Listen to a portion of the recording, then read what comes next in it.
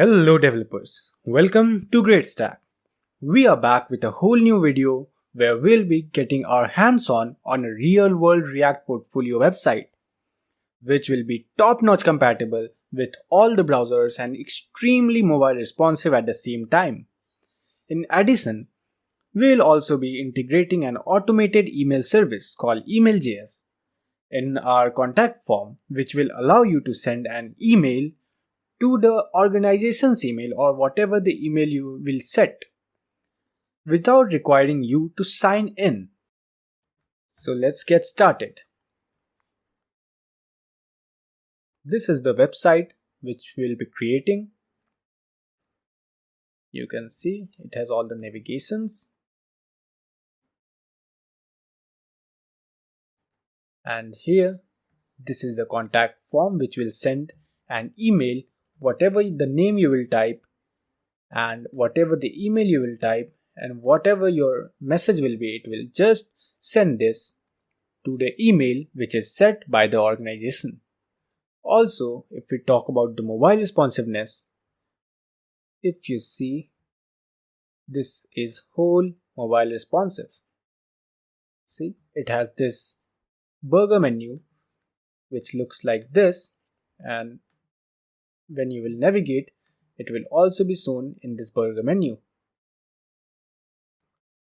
Also, if you want to see about the compatibility,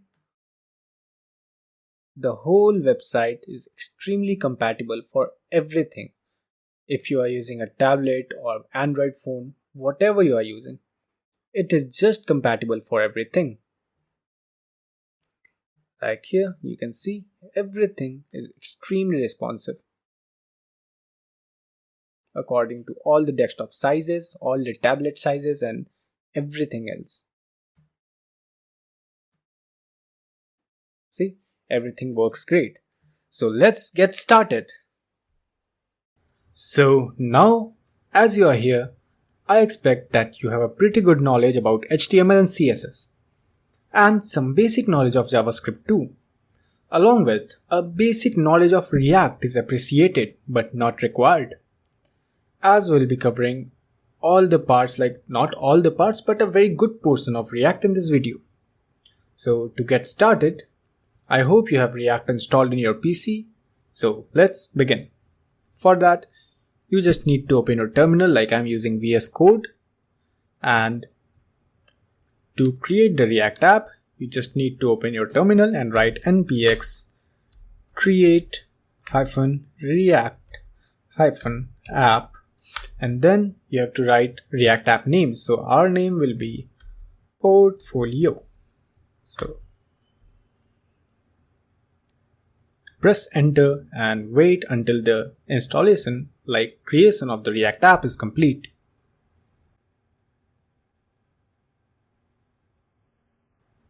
Now as our React app is installed, what we can do is we can just see that here is the portfolio website, and what we can do is go to that folder using cd that is used in terminals. Go to a directory, so cd portfolio, the same spelling, yes, and then we are in this folder portfolio. Then we have to write just npm start. So this will start your React app, which will also take some time. Once you see this means that your React app is running. Now as we have started, you can go to your folder, like I can open this from here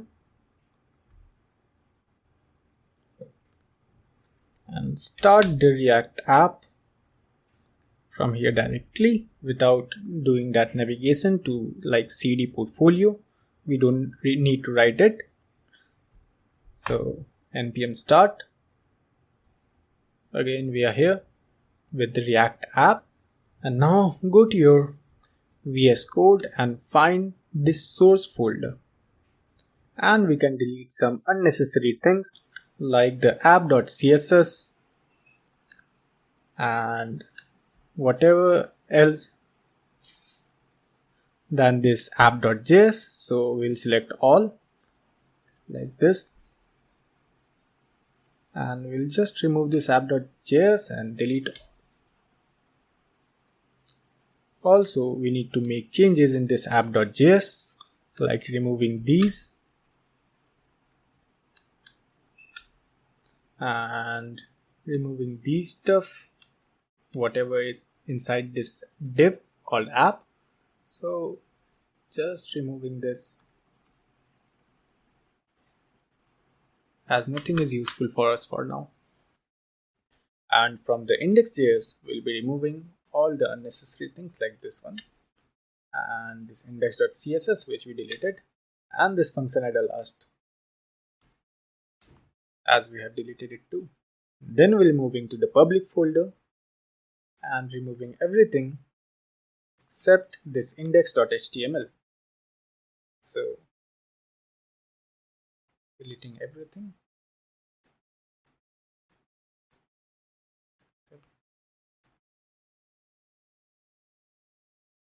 Then moving to the index and removing some more of the things like the comment in this body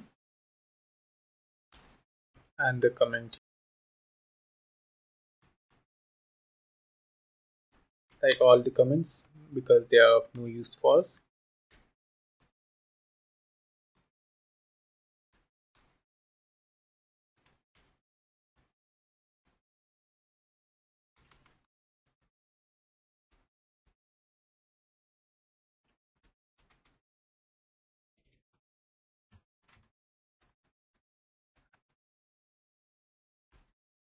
And with this, we have an empty page which looks like this. So we can create whatever we want according to us.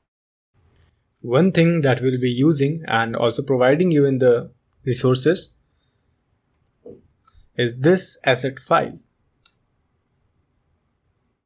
And this file will be containing all the required resources that we'll be using, like whatever the logos we have and the background images that we saw. However, you can also keep it in your public folder, but we will be keeping it in the source folder. So now, as we have this logo here, so we can use it just here by writing /logo .png. And what this tag will do, as you can see, okay, there's something wrong, I guess. What we can do is we can just use this logo here. Now the destination is right. Yes, now it's worked, we can see here. Also, we can create a components folder here like this, which will be containing all the React components like navbar, footer, or different sections that we'll be creating, like the contact section, the work section, skill section, and the intro section, all those sections and the other components. However, this is not a mandatory thing to do, but following this will result in a structured code.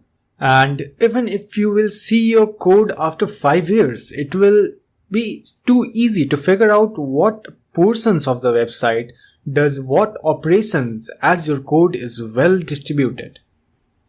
Because everything will be distributed according to its component, like whatever component it will be distributed in this components folder. Also, as this index.html is a generalized HTML thing, so what we can do is we can just link a style sheet here like this.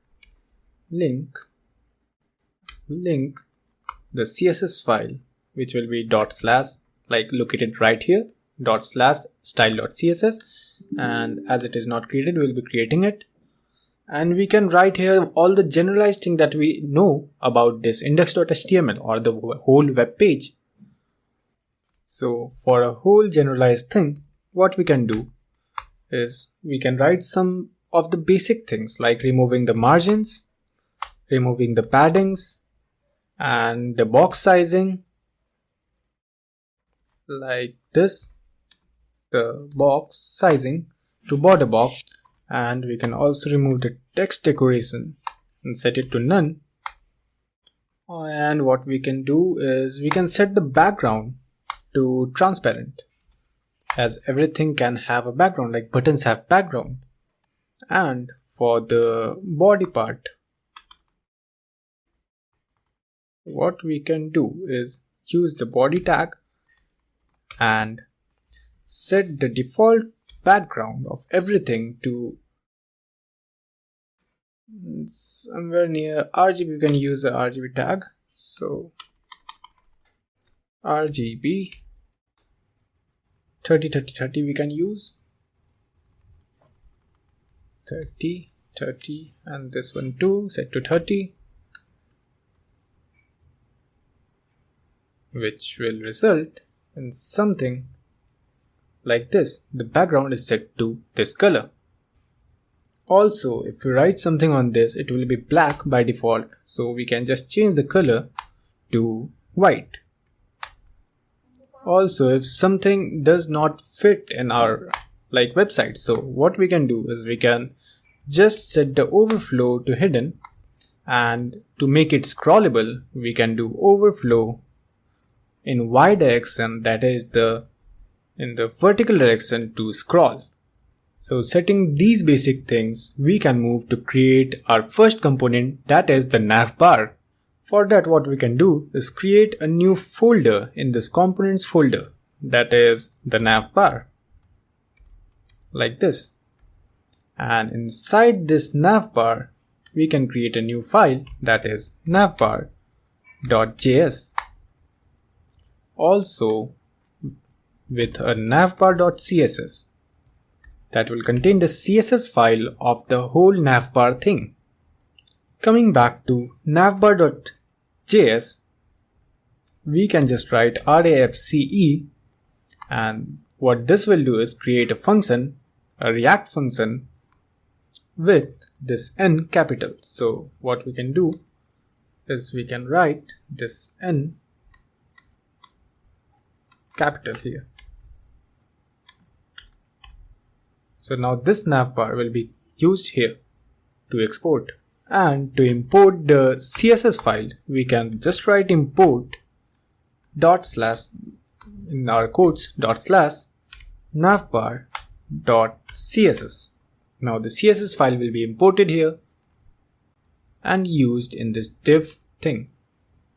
And in order to use this component, what we can do is we can go to the app.js, which is the main.js file, and just use that navbar here. For that, we need to import it.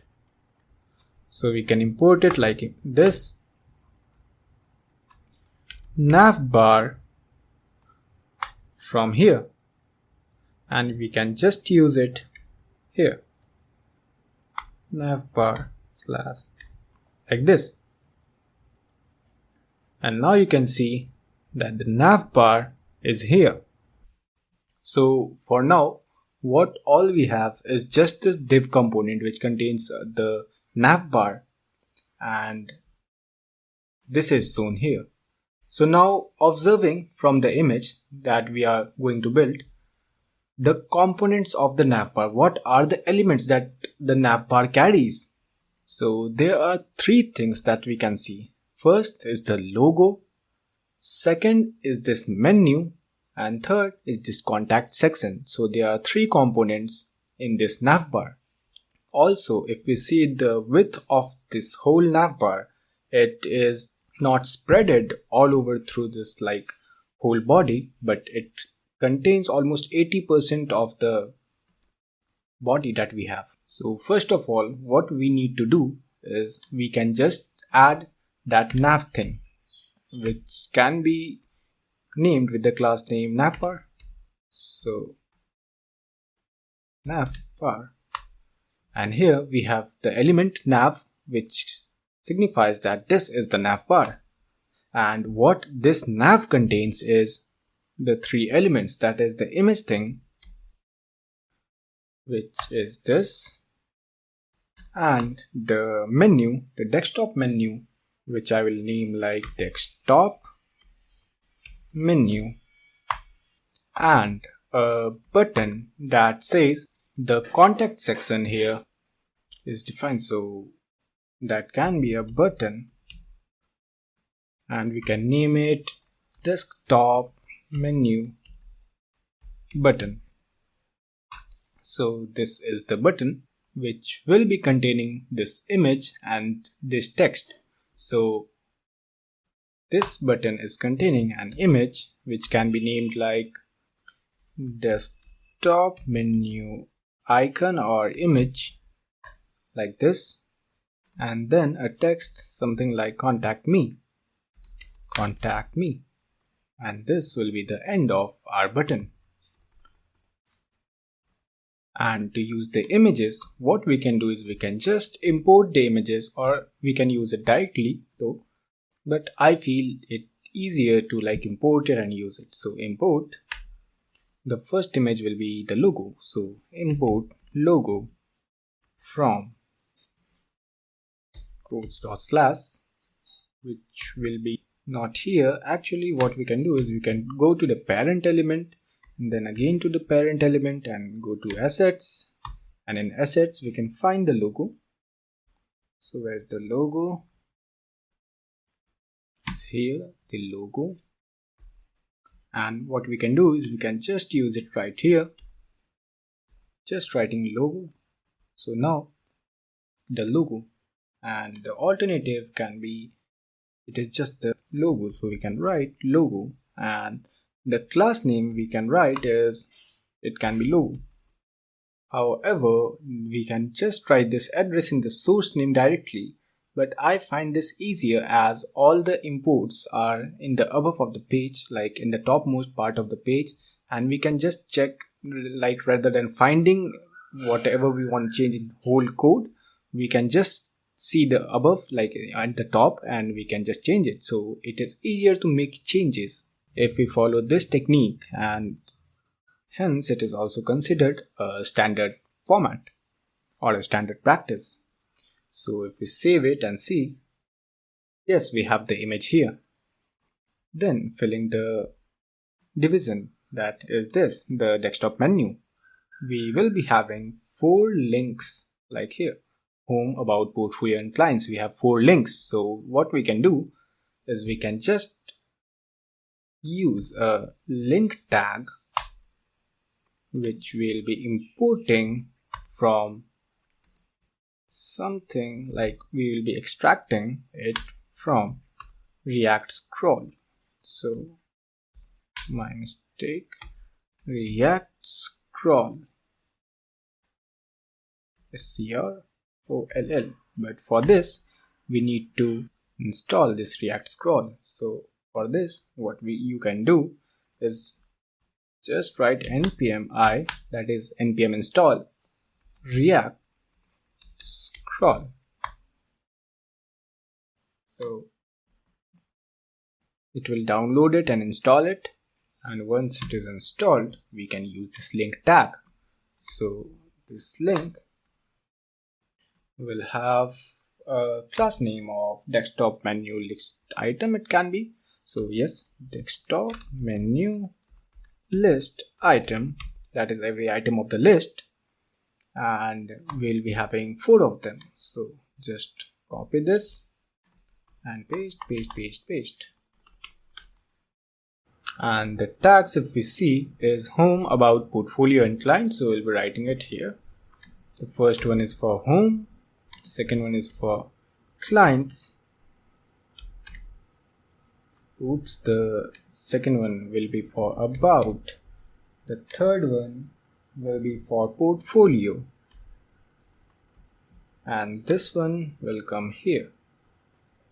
So this will be the list that we have, and yes, if we see, yes, we have all of them, and now we need to start the styling part. So going to the CSS of this here, we can select the navbar, and we can set the height of the navbar first, which can be max like 5 rem.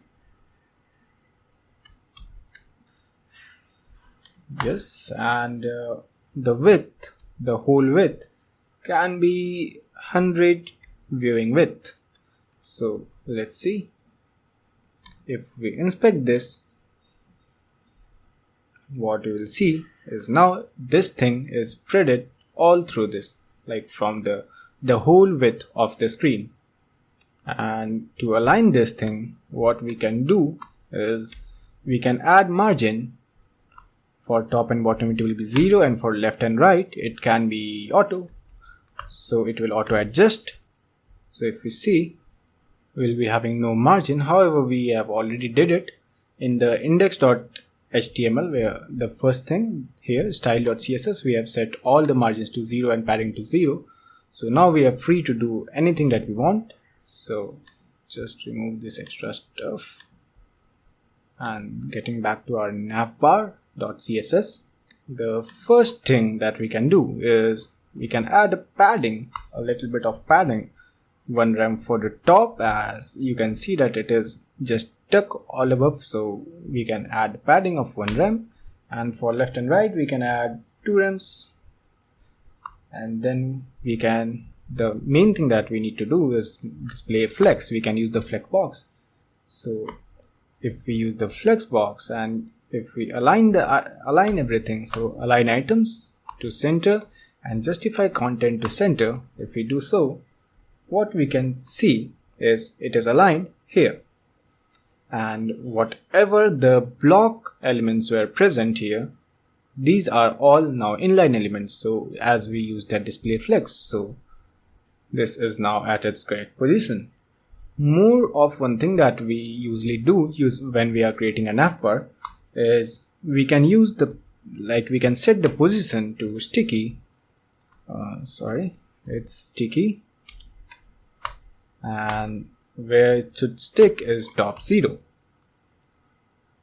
Also with the z index, anything greater than 1, so yes, it will be just right above of everything.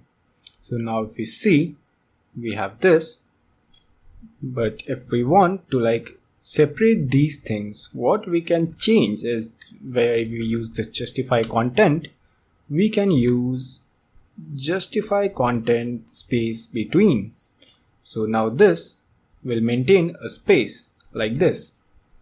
So this will be a better choice. So now what we need to do is we need to style this icon.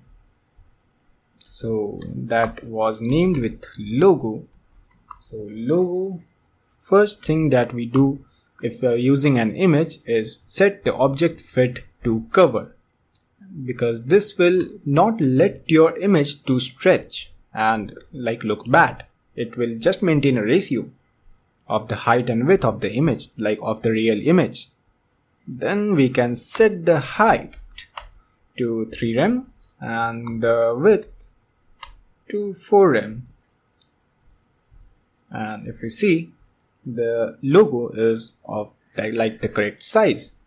But this whole navbar is spread all over the screen, from here to here.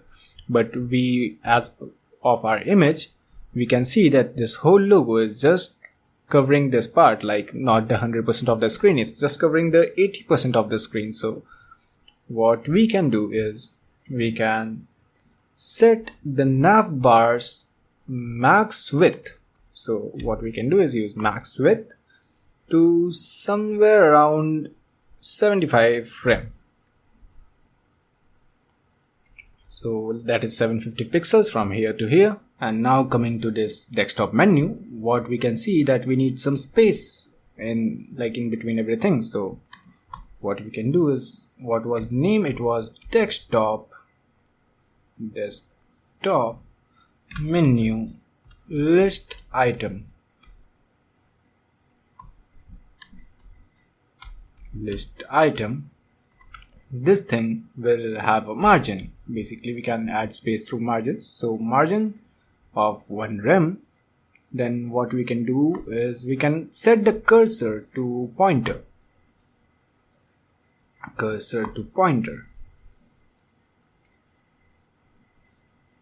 Yes, it is changed. So we can see that we have spaces, and if we inspect this, we can see that for every element, for every particular element, we have 1 rem space in between, all around them. So for every two consecutive elements, so for let's say it's about and portfolio, we have two rem spaces in between them, because one rem for the about one and one rem for the portfolio one. And now this pointer looks like the cursor looks like a pointer. And all done for this, and then we need to move to the button section, like to design this button. The button we have this contact me. So for this we need an image. So for this image source, what we can do is we can import an image that is for our contact section. So we can name it contact img, that is contact image. Import contact image from the parent assets to this contact.png, and we can use it now here. It is contact image, and if we save it and run it, we can see yes, we have the image. But the background of the image, like background of the button, is transparent, so we need to change it to white. As we can see in the sample image, we have it white, so changing it. The class for this was desktop menu image img. So this image will be object fit, as it is an image, object fit cover. Height can be set to 1 rem, and the width also can be the same, 1 rem, as it is in square image. And we can set a little of margin of 1 rem around it. But what about the background? For the background we need to access the button, so that was the btn, desktop menu btn, that is button. And what we can do is we can set the border to none, as we had borders. But before that we can just change the background, so background to something like white, changing it to, oopsie, it is white, and the color should be black, like the text would be black. And if we see, yes, we have it. And now we need to align this contact me, and we have to remove this extra gray border that we can see, like here. If you see, we have this gray border. So for that border, what we can do is we can just write border to none, and to align it we can use display flex, like we can use flexbox, align items to center, and we can also justify content to center. So this is the whole page. This is aligned now, and it looks pretty well, but at the same time it has no spaces. So what we can do to add inner spaces, we can use padding. So we can use padding to something like 0 on the top and 1 rem for left and right. So yes, and the border radius can be 2 rem. And on saving this, we can see that yes, we have now the borders, that is the curved borders, and yes, everything looks great. Also, with one thing for now, as we'll be editing this navbar a little bit more when we'll be adding the functionalities, but for now what we can do is, for the desktop menu, that is the main menu, the desktop menu list item here, what we can do is we can just add something like something about the looks, if we talk about and when we hover. So desktop menu, if we hover on this, it can be change the color to something like yellow, and add a padding of bottom to 0.5 rems, and add a border at the bottom So what will the border? The border can be of 3 pixels, solid border, and color of yellow, the same color. So now if you see, if we hover on these items, this effect will be created. We are adding a border at the bottom, and we are changing the color, and the color of the border is also the same color that the font is changing to. But if we talk about the click events, like if we click this home button, we will be navigated to home, and if we will click this client, we can be navigated to client. And those navigations and those responsiveness that we need, like we will be adding a burger menu, and those things will be added in the later part of the video when we'll be creating the sections, because we have now nothing to go if we click on these. But for now, this whole thing is working, like besides the navigation thing, like if you click the about, we'll go to about section. So those things will be added for the part of the video. But for now, the navigation is completed, and we'll be moving to the next part, which will be this intro part about this image, this intro part, that introduction page, the landing page. So that will be our new component. So just creating a new folder named intro. We can just name it intro, and inside this intro we can add a new file, intro.js, and then we can just create a React component, and we can just import /intro.css.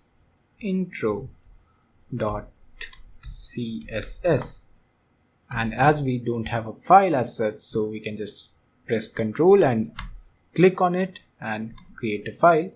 So now we have this intro.css file and this intro React component.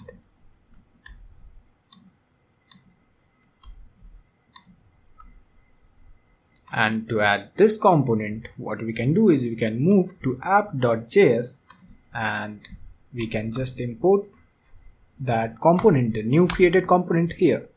So import, what was it? It was intro, that intro section from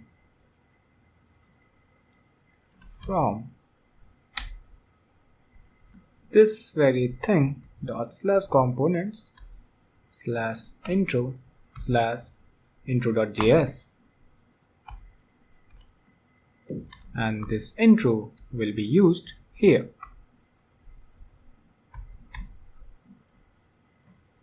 So now if you see, we have this intro right after this. So if we inspect and see, we have a navbar, and then we have this nav. But now to start with that intro styling, we need to go to this intro.js, and for now this intro.js is returning just this div, but from now this will be returning a section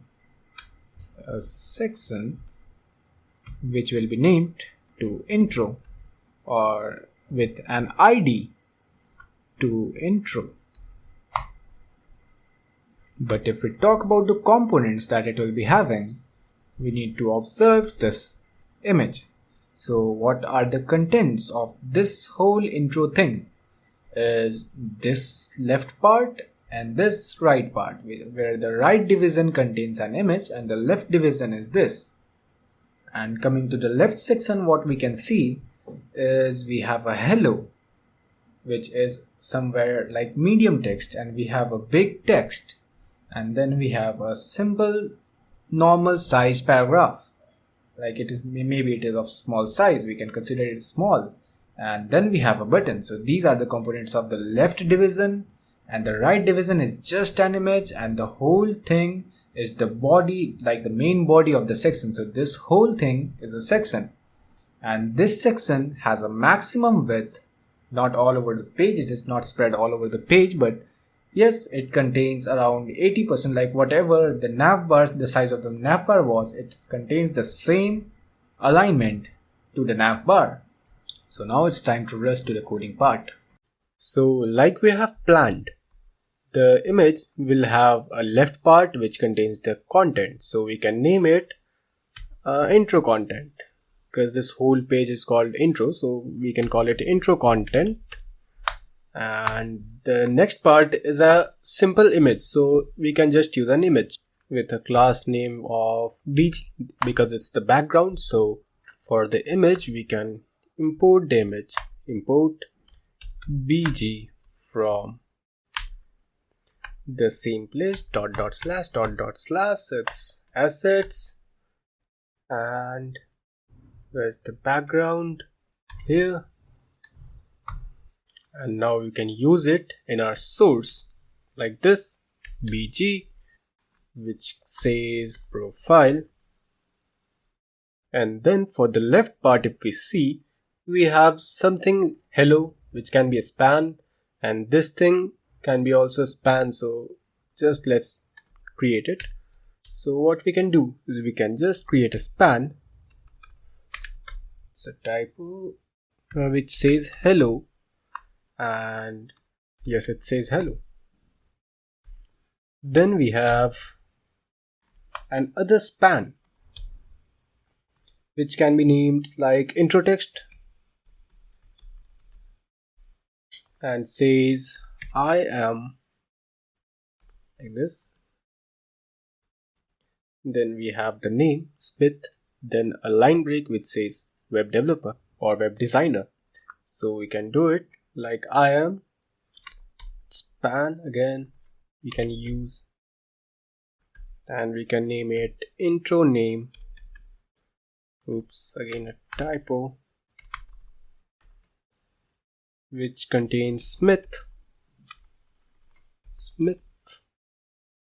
Then we need a line break, then website designer.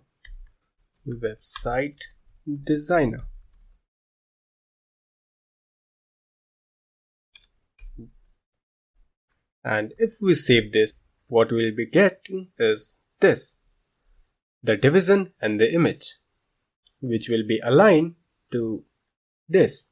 But also in the left division, we also have this paragraph and this button hire me. So let's do it in our code.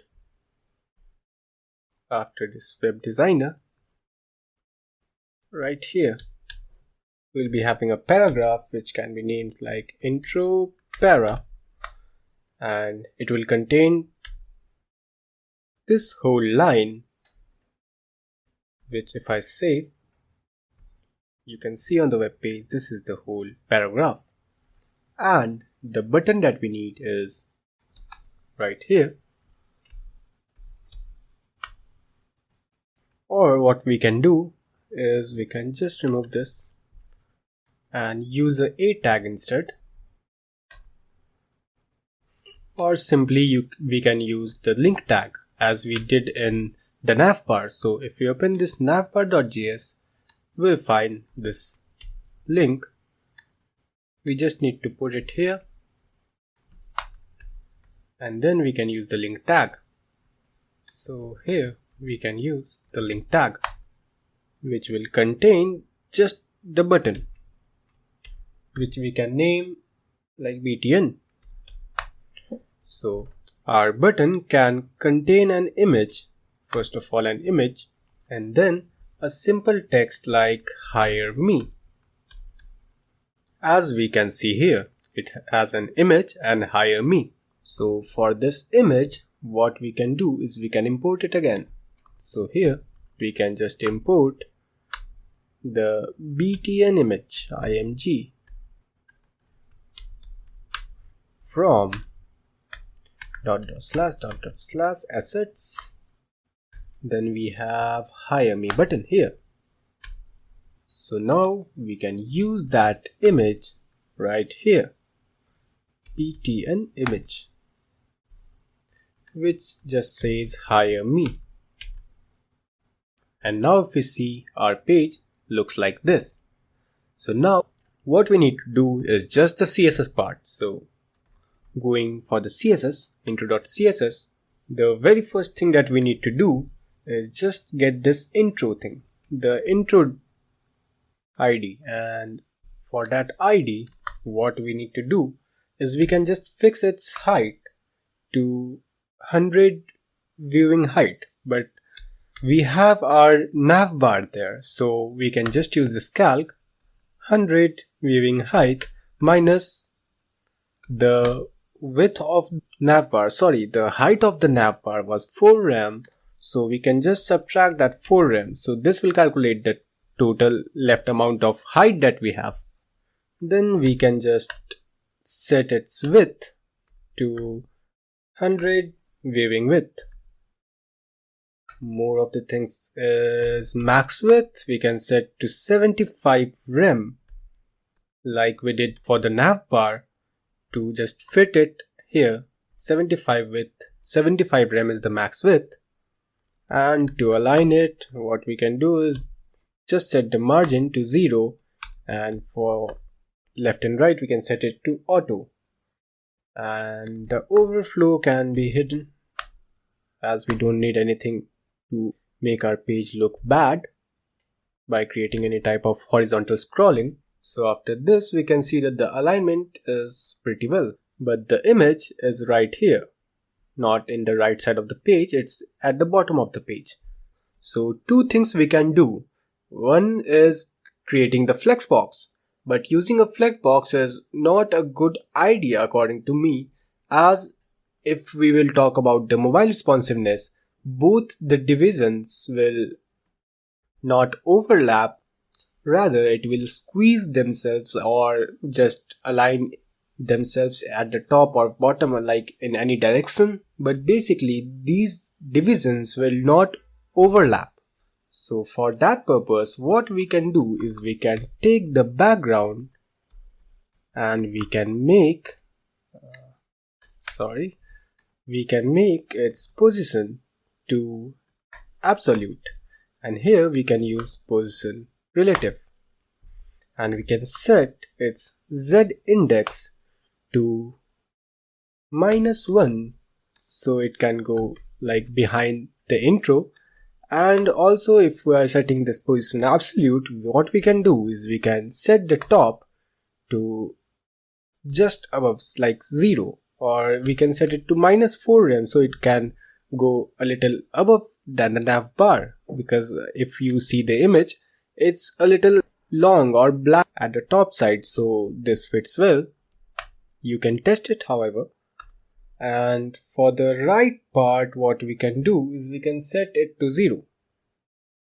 The right part can be 0.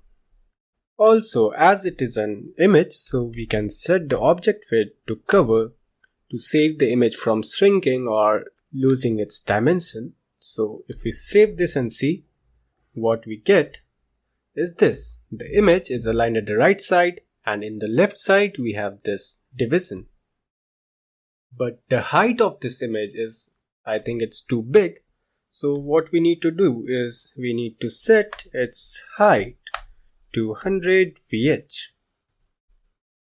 So if you see, now it fits perfectly. So now coming to the leftmost part, that is intro content. Intro content, yes. So what we can do is we can first of all like set the height and the width to like it spread all over the screen.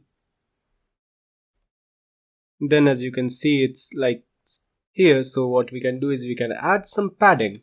So add padding of 2 rem. Then you can see it's a little shifted, and then the font is too small. As you can see in this image, we have big fonts and it's a little thick font. So what we can do is we can just go here and we can just increase the font size. So font size to somewhere near 3 rem, and the font to weight to nearly 700 we can set it. So if we save it and see, yes, we have this big font here. And to align them, what we can do is we can use display flex here. We can use the flex box, and the flex box will align the items in a horizontal way. So for that we can do flex direction to column, and to align them in the center, what we can do is we can use justify content center. And also the color is white, however, so we don't need to set it again. And if you see, yes, it's aligned this way. However, this don't looks the same, so we can change it dynamically. So for the hello part, as you can see, the hello is small here, and in this web page that we are designing, it's too big. So we can just go to intro.css and change the hello, as its name was also hello, the class name was hello. So we can select the hello and change the font size to somewhere near 1.75 rem, and the font weight to 100, as if you see, it's not heavy. So if we see the web page after saving this, what we can see is the hello is smaller now, and the Smith needs to be yellow. So what we can do is, what was the name of that Smith? It was intro name.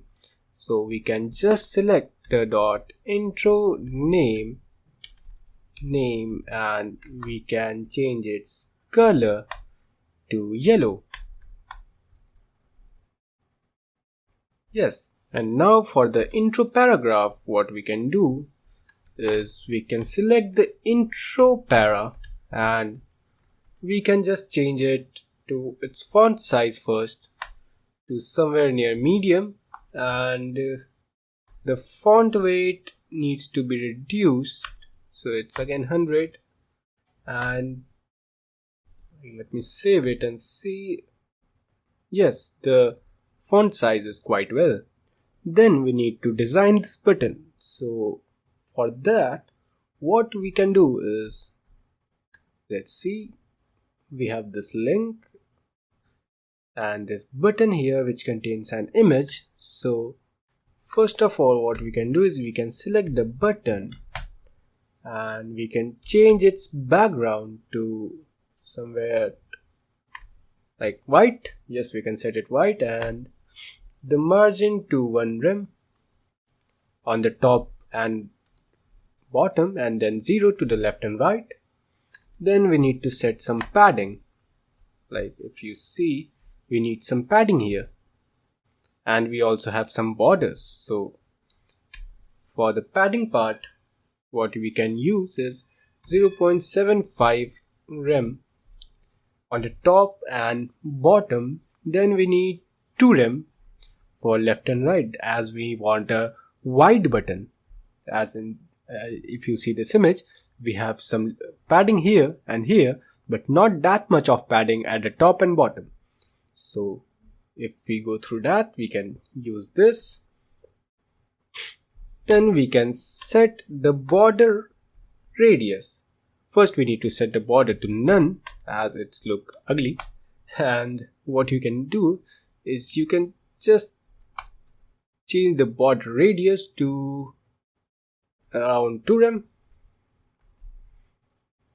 If we see, yes, it looks like a little good. Not exactly the same that we designed, but yes, it looks similar. The problem that it don't look the same is this image. So for that image, what we can do is we can just go to dot button image that we named. The class name was button image for that button's image here.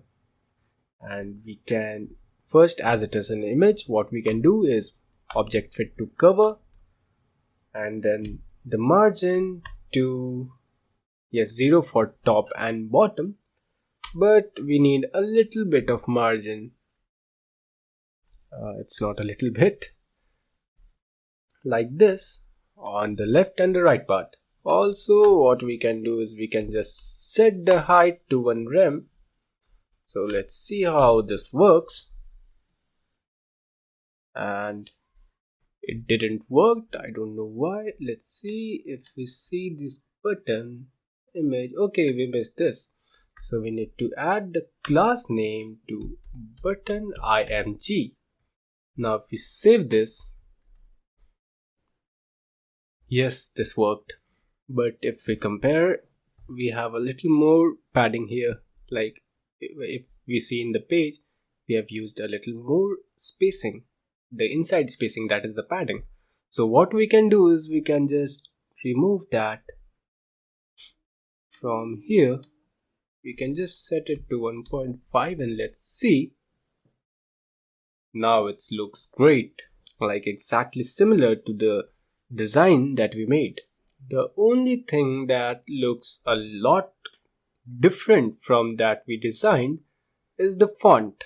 The font is not the same. So for the font, you can use Google Fonts. So for that, we need to just go to your browser and just find Google Fonts. What we'll be getting is this page and just search for font. What I want to use is this Poppins. So you can just search here and search for these Poppins, and if you click it, you will see these demos. I've already selected 3 of them, so like this 200, 500, 600.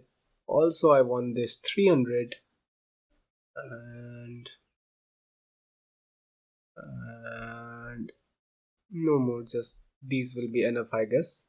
So now to use it in CSS, basically you just need to copy this and paste it in your HTML code. So here we have index.html as we want to apply it all over the web page. So what we can do is just paste it here. Yes, the 200, 300, 500, 600 is here, and then we need to use it. So one more thing that we can do is when we are creating this style.css, we use this element which says to cover all the things. So what we can do is we can just apply the font family here to Poppins. Here, Poppins. Make sure that this name must matches this name. Font family equals Poppins. Let me paste it right here. Yes, and if somewhat like your browser fails to import this, so what we can do is we can use just sans serif. So it says that I will import this Poppins font, but in case I fail to import this font family Poppins, so you can use this sans serif which is inbuilt in your browser. Now if we save this and see, let's see what our page looks like. Now it looks great, but this text is a little big. So what we can do is we can create a line break. Let's see. Yes, here we have a line break after this creating word. So what we can do is we can go to style here, the intro.css or the intro.js, and we can find that word creating and simply create a break tag here. So if we save this and see, yes, it looks great, but not the same. As you can see, this text is a little bit smaller than what we used. Also, the weight of the font is not like what we designed. So what I can do is just increase this font weight to 200. Let me check if I imported it from this index.html. Yes, I got the 200 thing, and we don't have that 100 thing. So yes, font weight is 200. And if we save this, it is still a little thin. So what we can do is increase it to 300. Now it looks good, but the font is a little big. So let's use small here and see. It got too small. What if I add a letter spacing in this? Letter spacing to 1 pixel, letter spacing.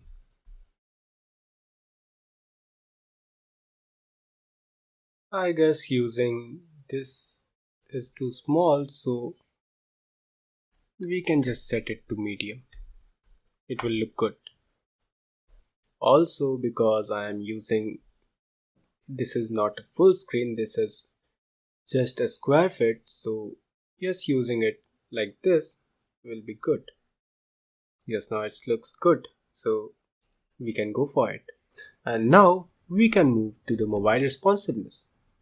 As I have already kept in mind for the responsiveness part, so if we see it on phone, yes, this whole thing will overlap like this.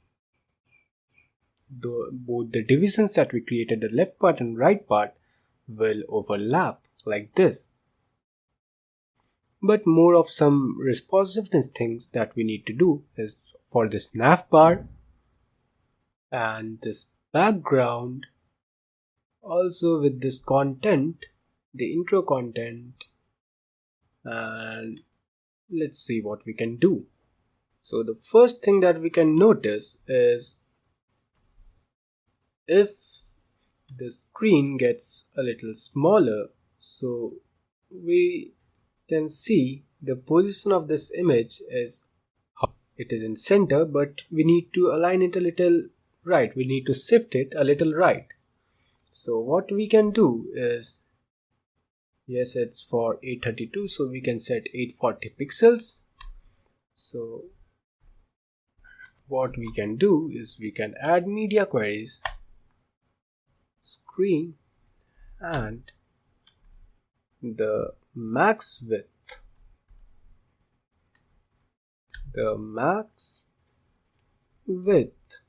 of 840 pixels. So if it reaches 840 pixels, what we can do is we can get this background and shift it a little right. So how much right will be good? Let's check for this 10 viewing width. So now if we see, if this reaches 840 pixels, you can see here, if it reaches 840, then the image will shift. See, you can see the shift, and now it looks great. So yes, then the intro content, this whole content, this is a little, like, I find it a little smaller. So what we can do is we can set this font size according to the width. If it reaches this media width, that is less than 840, so if it is less than 840, what we can do is we can just select this intro content, and the font size can be 10 viewing width. So let's see how it works. Yes, now it looks like great, it looks great. So if it reaches 840, yes, now it looks fine. And for this hello 2, what we can do is we can select this hello and change the font size to 4.5, viewing width again to make it a little more dynamic. So see, yes, this effect, the variable font size looks good. Then if we squeeze it more, now again we can see that the right spacing is more for this image. So what we can do is, first we can check for phones, it's 412 and the right spacing is a little like more according to me.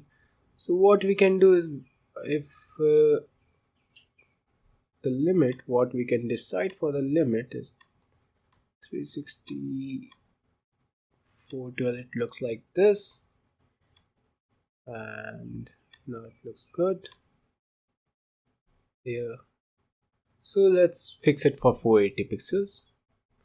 So the same thing that we need to do, not the same thing, but removing these things, and if it reaches 480 pixels, the right side should be minus 20 VH. So let's see. Yes, now it's shifted. So yes, it looks good, it looks good, it looks good. Shifted, looks good. Yes, overall it looks very good, even for this slim phone. Also, if the height of the phone, as we can't get a phone which is this much of height and this much of width. So let's check. For a normal phone aspect ratio, I guess this is quite well.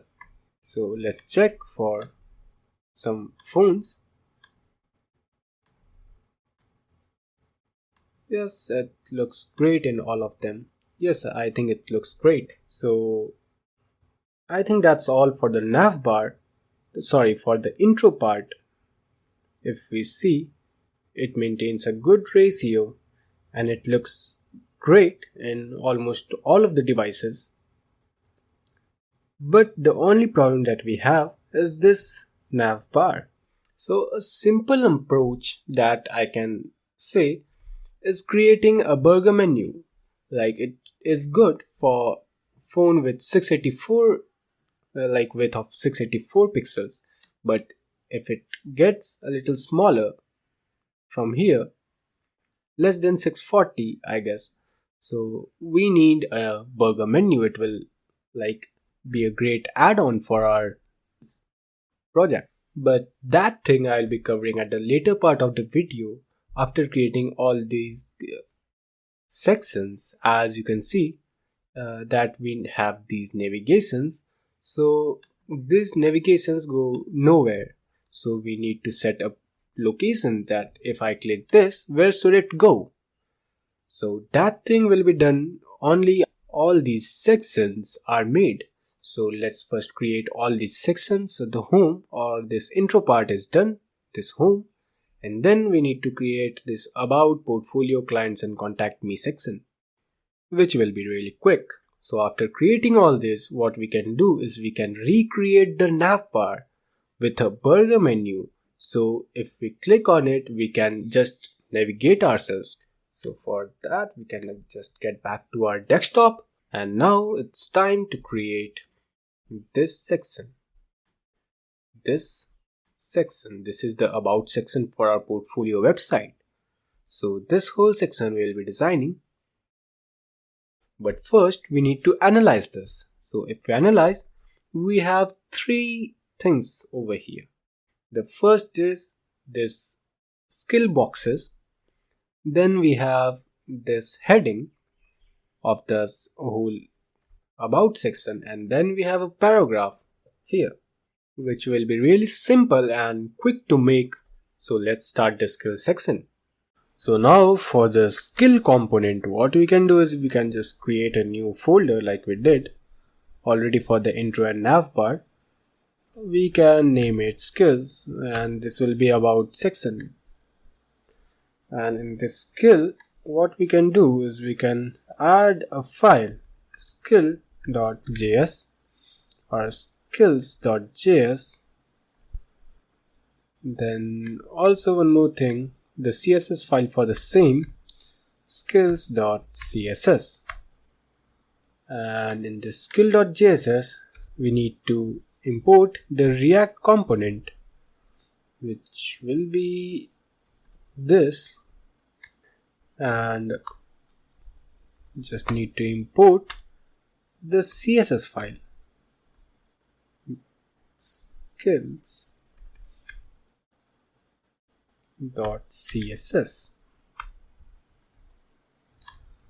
Link these, and this division, well, or this whole thing can be a section which contains a class. No, it can contain an ID of skills. So this will be our skills section, that about section. Sorry, I can name it about section, and very similar operations we will do for this skill section 2, skill ID 2, and we need to add this skill ID. So for that we can go to app.js and import skills from here, and then we can just use it like this. So if you see, or if you check our web page, it looks the same, but now we have this about section right here. But this about section, as we analyzed, have 3 things, 1, 2 and 3. So what we can do is we can just remove this about section and we can add those 3 things here. So before that, what we can do is we can see here we have 3 images for this whole page. So it will be simple for me if I import these images first, where the first one was UI design from the assets file. Assets, and you find the UI design here. The UI design, then I need to import the web design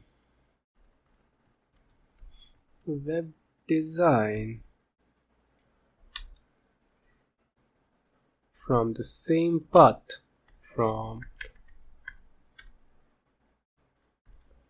assets, website design, and we can just import the app design from the same location, assets, this app design. These will be the 3 images that we'll be using in this about section. So the first component of this about section was this heading. So what I can do is I can just use a span and name it skill title. And what is this?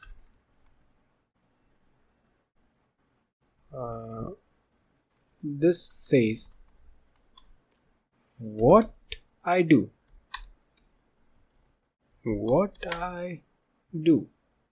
Then we have a span which says skill description, and this says this whole paragraph. So whatever this is, I am a skilled and passionate web designer experienced with everything that you want to write in your resume on this website, your portfolio website. Then we have this kind of bars, that is skill bars. So what we have is an unordered list of skill bars, but what we can do is we can just write or use a div here. So dot skill bars, which represents this whole thing, but this whole thing contains many, like 3 more things here. So the whole skill bars will contain another div of skill bar. So every skill, in skill bars division, every skill we have, for everything we have a skill bar. In every skill bar, what we have is an image which can be named as skill bar img, skill bar image. So we have a skill bar image, and then what we have is, let's see, we have a skill bar image. For every skill bar we have a skill bar image and a skill bar text. But this skill bar text contains two more things.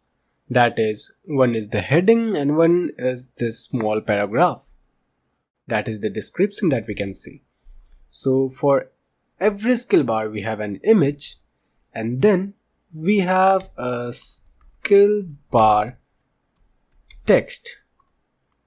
And for every skill bar text we have a heading and a paragraph. So this is the simple template for every list item.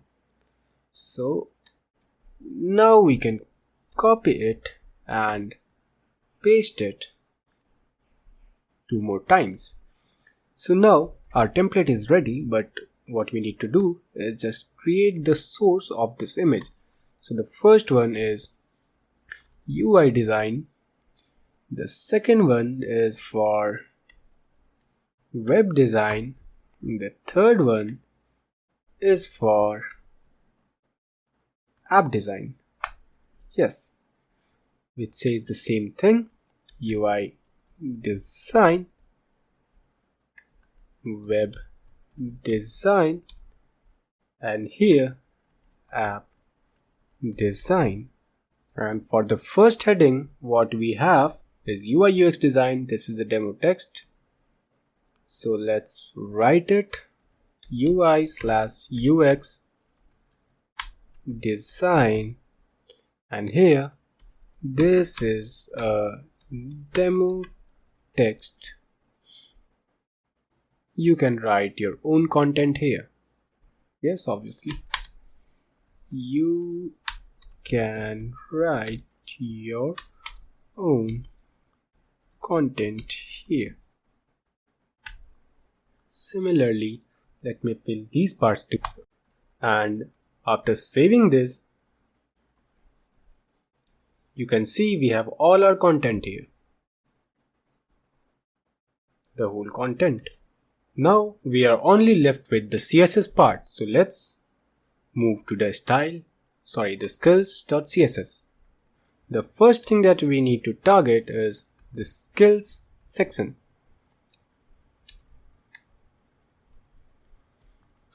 This ID, skills. First thing that we can do is we can just hide the overflow and set it to hidden. And then the width we can set to 100 waving width. Then the max width we can set to, let's see the image. It's a little smaller than what width we used here. You can see. So we can just make it 65 rem. We use 75 rem for this navbar and intro, but we are using 65 rem as it is not as wide as the navbar on the intro. Then what we can do is we can set the margin to 0, which is already 0, so we can leave it, and then display flex. But again, this will align the items horizontally. So what we can do is we can change the flex direction to column, and for the alignment thing, as you can see, it is not aligned, it is here. What we can do is we can use align items to center and justify content to center. Then also we can use the text align to center to align the text in center. And let's save this and see what happens. If we see, yes, everything is aligned, but the margin of left and right are not well managed. So what we can do is we can do the margin to 0 for top and bottom and auto for left and right. Now this whole thing is aligned. One more thing that we need editing is this navbar background. So let me just quickly fix it. Navbar.css, and the whole navbar must have a background of this color RGB 30 30 30. So this is it. So let's see. Now the navbar looks at the top. It looks like the navbar is on the top. It's not transparent anymore. Also in this skills part, we had a skill title which we need to just increase the font size to around 3 rem, and the font weight should be 600. We have already imported the 600 font, and let's see how it looks like. So yes, this looks good, but we need some margin or padding at the above part. So what we can do is we can add some padding here, padding top of 3 rem. Yes, like this. And let's see if we need anything. We also need a little bit of margin right here, so margin at the bottom, so margin bottom of 1 rem, or I can increase it to 1.5 rem. I guess this will be great. Yes, this looks great. Also, styling this description, what we can do is dot skill description to font weight of 200. Then we have font size. We can change the font size to 1 rem.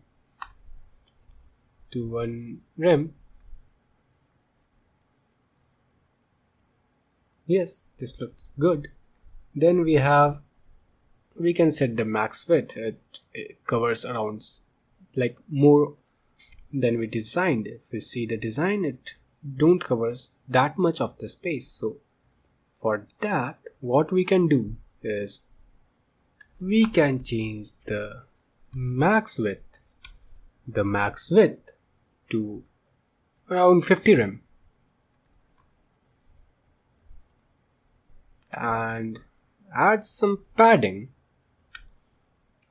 0 on the top and bottom, and for the left and right we can add 2 rem. So let's see. Now it looks really great.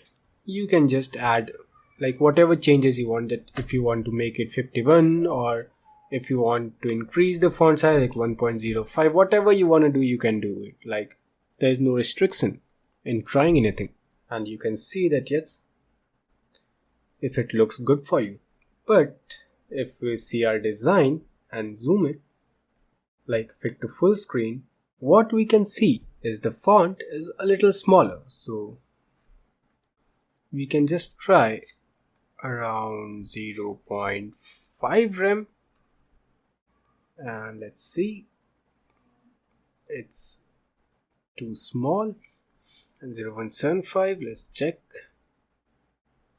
We also need to add some font weight like 400.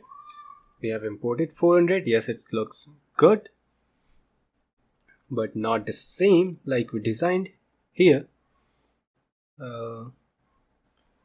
We need to increase the font size. Let's change it to 1 rem. 1 rem is slightly bigger. 0.9. Let's check. This looks good, I guess. If we match, this is the thing, and this is what we made. No, the font is a little thicker in our page, so we can just use the font 300. Now if we see, setting it 400 will, like, it looks good. If I'm setting it for 400, yes, let it be this way. But now it comes for the skill bar. So for the skill bar, what we can do is we can use this skill bars and add some things like margin of 1.5 rem in all the directions. So 1.5 rem, yes. Then what we can do is we can set its width to 100 viewing width, as if we want to see it in mobile. So, and the max width it can contain is 80%. So let's see what happens. Yes, for this whole skill bars, what more thing I can do is I can change the text align to the left so that our text look like this. And for this whole skill bars, for every skill bar, what I can do is I can use the skill bar, and for every skill bar I can display flex. So now this looks like this, and we can add some margin of 1 rem, then padding of 1.5 rem for every skill bar and 2 rem for left and right. And for the border radius, what we can do is we can set it for 0.5 rem. So let's see how does it looks. Actually, I need to change the background. So here the background needs to be changed for RGB. Oops, just remove these, and I can set it for 30 30 30 was the background. So what I can do is I can use 50 50 and 50, which will be a lighter version, so it looks quite well. Also, now we can see that it looks very similar to what we designed, but one thing that we can see is this image. We need to resize it. So let's get to our code. We have set the background and we need to change the image. So for every skill bar img, what we need to do is first, as it is an image, so object fit to cover, and height. What can be the height? It can be 3 rem, and also the width can be 3 rem. So if we save it and see, the size is quite good, but we need a margin at the right side. So we can just use the margin right property and you can just add 2 rems for it. So let's save it and see. This looks quite good. We are now only left with the sizes that we want to change for these two. So for that, what were these was skill bar text. So dot skill bar text, and we have a heading in that. So first, the paragraph that we want, as I think the heading size is quite good, so changing the paragraph size is like this, font size to 1 rem. 1 rem. Also, we can change the font weight to 200. Let's see. This looks good, but again, not as we designed. So just changing the size to 0.75. Let's see if it is not too small. It got too small. So just change it to 0.9. Let's see what happens. It looks quite well, but again, according to the ratio of the web page, I think these texts are a little smaller. So let's change it right here in the skill bar skill description, and we can change the font size to 1 rem. So let's see. I think this looks quite well now, and even if we swipe the page like here, the about section will look like this. So if you are seeing the whole page, it will look like this, that yes, I am in the intro section, and yes, here is what I do. That means here is my about section, and if we just see the whole about section, it looks just like this. So it will say that yes, I am in the about section and this is all about me. Now coming to the mobile responsiveness thing, so what we can do is we can just inspect the whole thing like this, and we can see how responsive it is. So it is quite good responsive, as you can see. Let me just reduce the size and show you. Yes, this looks great.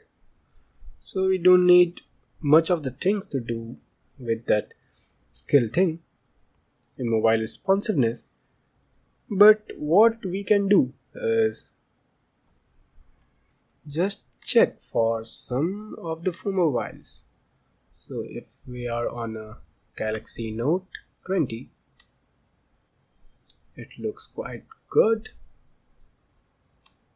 If we are on iPhone XR, it is again good. Then for other phones like iPhone 13 mini, it is good. But the problem that I can see is if we are considering a phone only because of this, the size of this paragraph and this heading, the about section will not fit in a single page. Like you can see, it starts from here and ends here, which is not good. So let me check if it looks good. It looks good, but if it reaches like below 720, this looks a little like out of the box. So for that, what we need to do is go to the skill section, add a media query, media screen, and max width of 720 pixels. The skill bar text, which contains the paragraph, will change its font size to somewhere near 2 viewing width. Let's see. And yes, this will look good, I guess. Yes, if you see, if it reaches near 720, what will happen is it changes its size quite well. Yes, now this looks good. However, it is not a big change. So what we can do is we can just copy it and paste it, and we can use for around, let's see, here around 560. This looks good. Around 480, let's see. Yes, now we need to remove this, not remove this, but just decrease this size. Like if I am using a phone, here you can see according to the length I need to decrease this size. So I can just go to 480 pixels, or first let's see for 560 where I found some problems. 560, no, it looks good in 560, but in 480 if I'm on a phone with 480 resolution, let's change the size to 3 viewing width as it was a little small. See, this got too small. And more of the things that I can do is skill bar image. The skill bar image should get a height of 2 rem or 2.25 rem, a little more than 2. So and the width we can set to the same thing, 2.25 rem. Also the heading, the skill bar text, the skill bar text, the heading of it should be changed to somewhere near font size of 5 viewing width, as it looks a little more. So now let's test this. These are some random numbers. Now on phone this looks small, but not too small to like it's not visible. The heading also looks good, and the design looks very similar. As you can see in our last part, we can see that this image covered this much of space, so the whole thing didn't look so good, but now it looks so good. Also, the whole about section will be covered in a single page like this, and this thing will be covered by the Navbar. I will just make it sticky when I'll be designing the burger menu. And yes, now this looks great for everything. And here we are done with the skills or the about section of our portfolio website. And now if we see our page, we are done with this part. Then we are up to here, this my portfolios thing. So this will be named as the portfolio thing. So if we talk about the analysis of this portfolio section, what you will be seeing is we have similar thing like what we have in this skills section. So we have a heading, we had a description, and then like whatever work we did, we have a heading, we have the description of the work, and here are our works. So these are our works. Yes, these are our works, and there is a button, see more. So yes, we'll be doing the same approach. We will be adding a heading, a description, and a work, like a list of works, and then we'll be having a button, and that's all for this section. So we can see that we have 6 images here, and we can just import these 6 images, but for that we need to create this first. For that we need to go to our components and create a new folder which can be named as works, as it contains all our works. And in this works directory, what we can do is we have a works.js file. Also in the same we'll be having the works.css for the same. And now this works will have a React component named works, and it will return a section of ID. Let me name it works, and section. Yes, this will return this, and this will contain just works done. Let's see does this works or not. And first of all we need to import it, so we need to get back to our app.js. We need to import the works from this directory and use it right here, works, like this.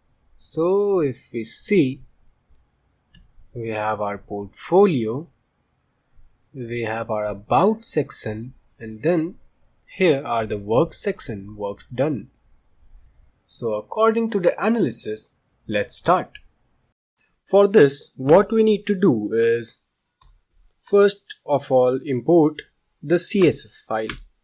Import ./works.css, and then what we analyzed from this image here is that there are three parts: this title, this description, and those image gallery. So we can design it very similar. So just remove this works done, and first thing that we saw was just a heading which can be named as works title, which contained my portfolio. And another thing was the work description. So for that I can use a span which can be named as works description, which had this content, this everything that I wrote here. You can just copy and paste. I take pride in paying attention to smallest details.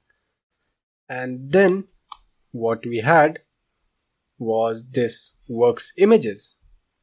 So I can just use a division of works images, imgs, which will contain all those images. So the first image can be img dot, every image will carry this name, works image img. So in this division works images, we'll be having an image tag of this class name works img, that is works image. So we'll be having 6 of them.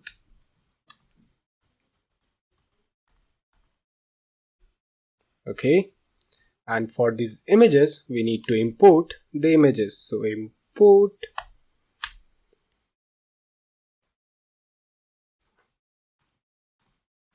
portfolio 1. There will be 6 images, so I will generally name it portfolio 1, 2, 3, 4, 5 and 6. So import portfolio 1 from the same location, assets. Here I have this, and I'll just copy this and paste it 6 times.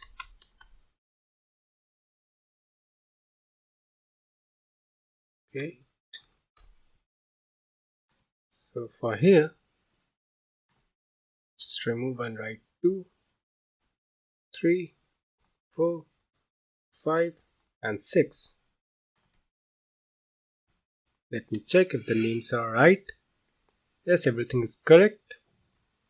Now we can just use it here.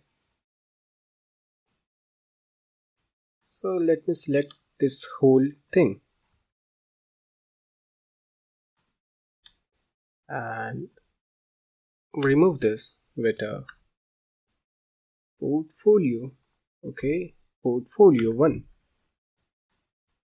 This thing will be copied and pasted here. Okay, one more thing that I can do is just remove this, and okay, let's remove this and copy this whole thing.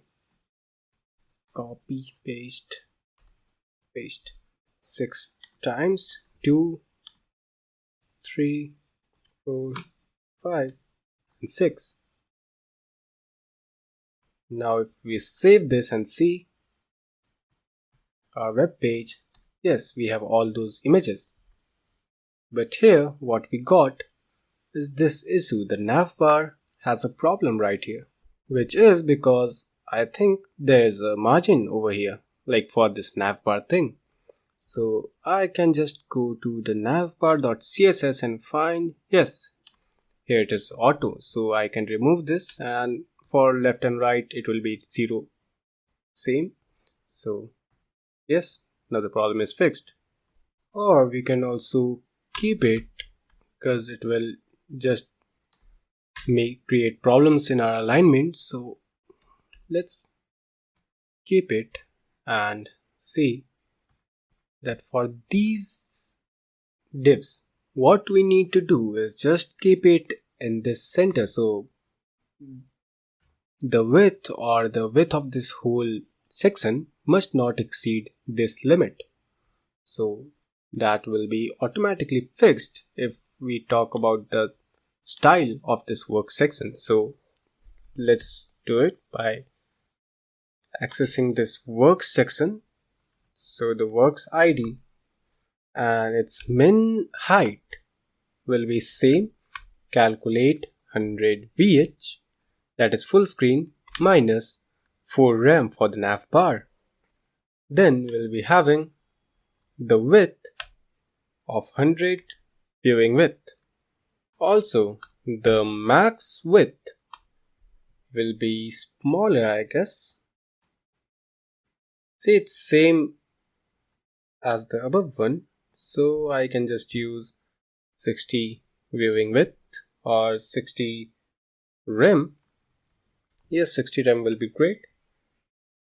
So if we check, is it aligned? Yes, actually we need to center it first. So for that, what we can do is we can use flexbox. So display flex direction should be column, and for the alignment part we have to align items to the center, align items to center, and justify content to center. Saving this didn't work so well because what we missed the margin of 0 auto. So let's see, it's center aligned. And two more important things that we need to do is text align center, and what more can be a padding of somewhat 0 for the top and bottom and 1 rem for left and right.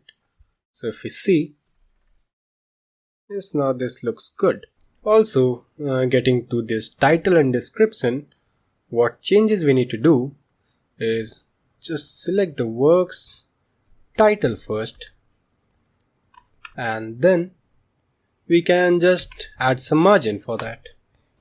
Margin of 1 rem for top and bottom and 0 for left and right, as we don't need margins. Then for the font size can be 3 rem, as we are using this for the heading thing.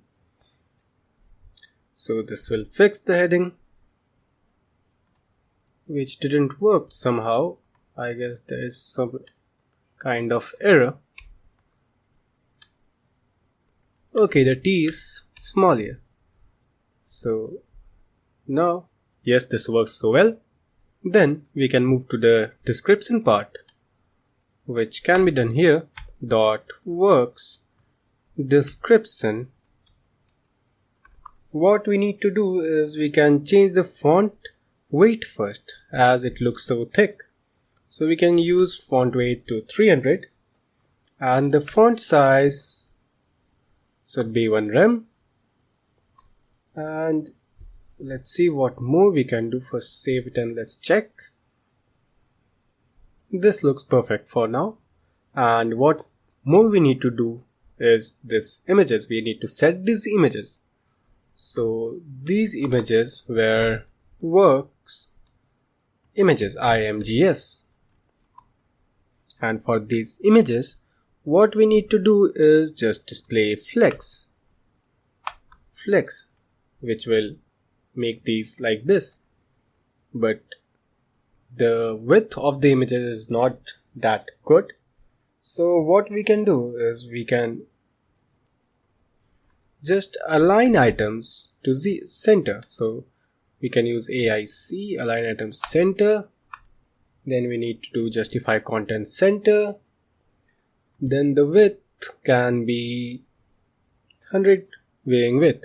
if you are talking about the mobile responsiveness, but also if you are using desktop version, so the max width we need to set is 65 rem.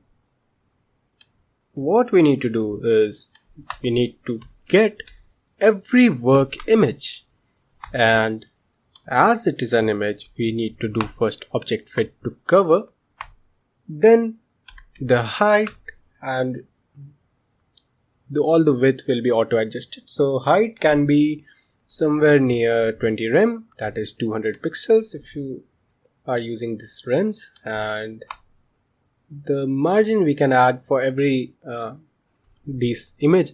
What we can do is we can add margin. As you can see, there is no margin, so margin all around near 0.5 rem. So saving it and see, this works pretty well. But as we are using Flexbox, it's spreaded all over the screen and overflow is already hidden. So what we can do is, as we have already set this max width, what we can do is we can add the flex wrap here. Flex wrap, what this will do is, if your content exceeds the limit, like the width, what it will do is it will wrap. So flex wrap to wrap, and now it's perfectly aligned. And also this will automatically do some stuffs related to that mobile responsiveness thing. So if we see, if your images are this wide, so everything is wrapped up. But if the screen width, like the max width is already set, so if the screen width is less than the max width, and if in case your content does not fit in this, so what it will do is it will wrap all the images and fit like whatever is the best possible thing. So see, now it's wrapped. So let me show it. See, this will get automatically wrapped up like this. So that will be a great thing for us. Also, one thing that we missed in our template is it had a button, like you can see in this image. It had this button, see more. For that we can add just this button, which can be named as works button. So I can name it works btn. So, and this will contain that see more.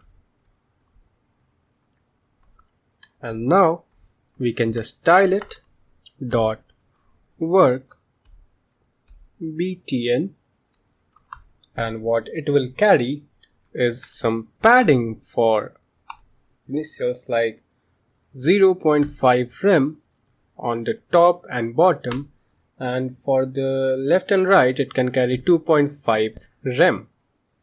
So let's see how it looks. Where is my... Yes. But now we need to just set its background first and the border radius. So for that, the border should be none, and the background should be white.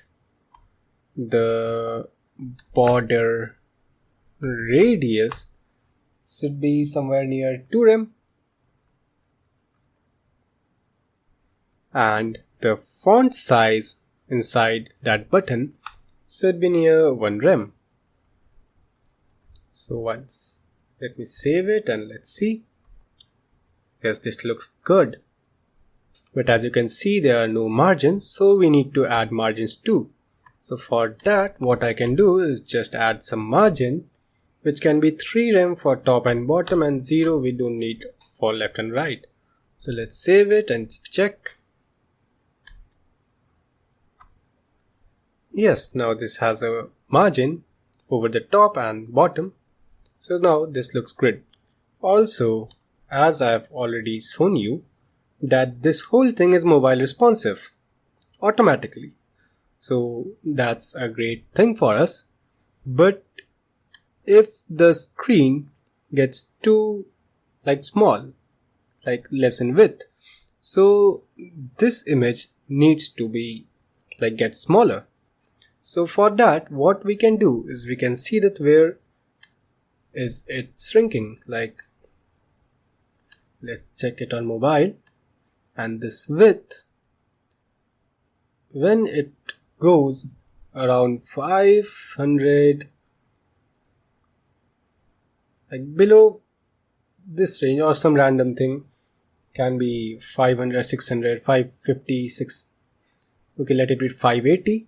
So when this screen will get below this 585, so we can add a media query, that is media screen and max width of 585 pixels.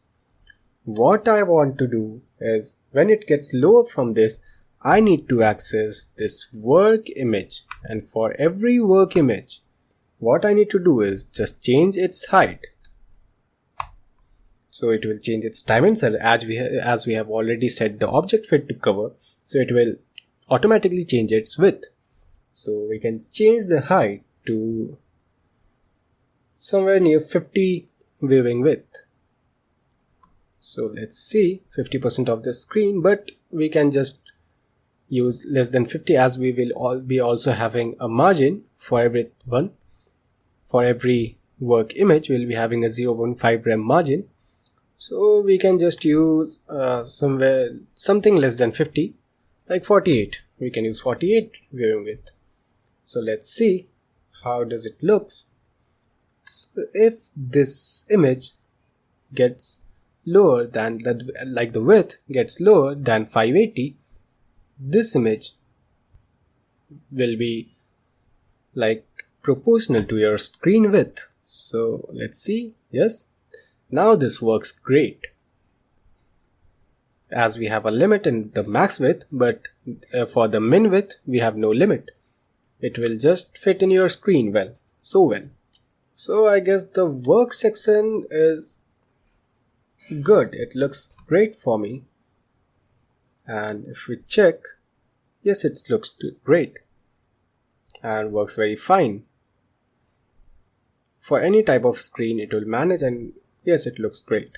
But for bigger screens, this description is a little exceeding.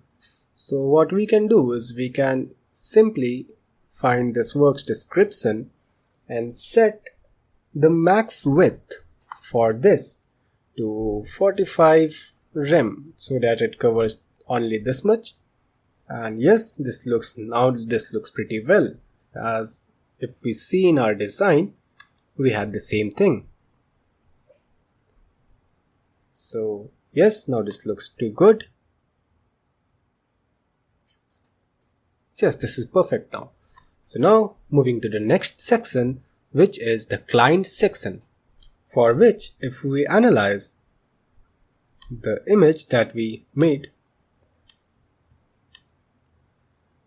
just carries this much. However, the my client section is the whole thing, contact me section, but only the client section is this much, which carries a title, a description, and these 4 things. One more thing that we can do is, instead of creating 2 different components, as this is a very small component, what we can do is we can directly create this contact section and just add this section at the top of it.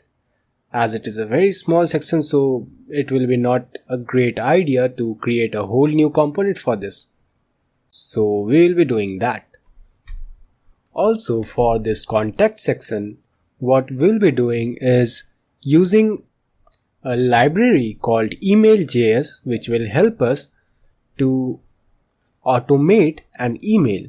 So whatever you will type here, your name, email, and your message, without letting you log in, what it will do is it will generate an automated SMS, and it will, when you will submit it, that message will be sent or emailed to the company or to your email, whatever email you want.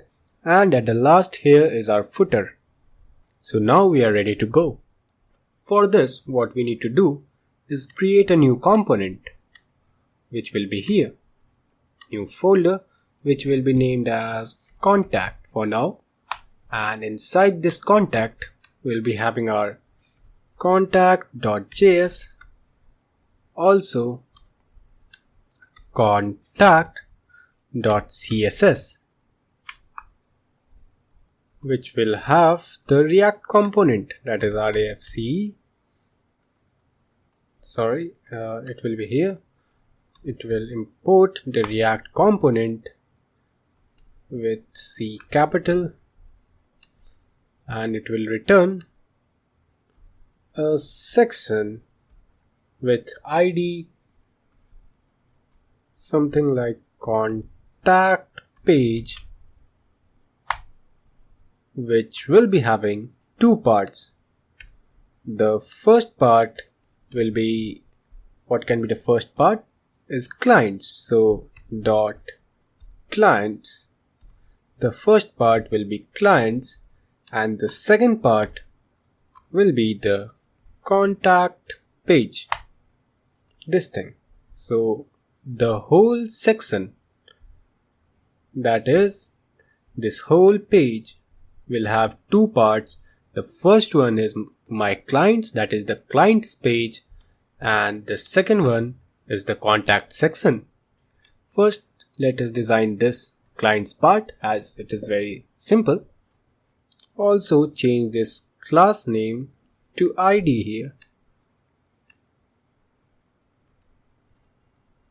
And what this clients page will cover is, first thing, the heading, this my clients, then its description, then we have something images.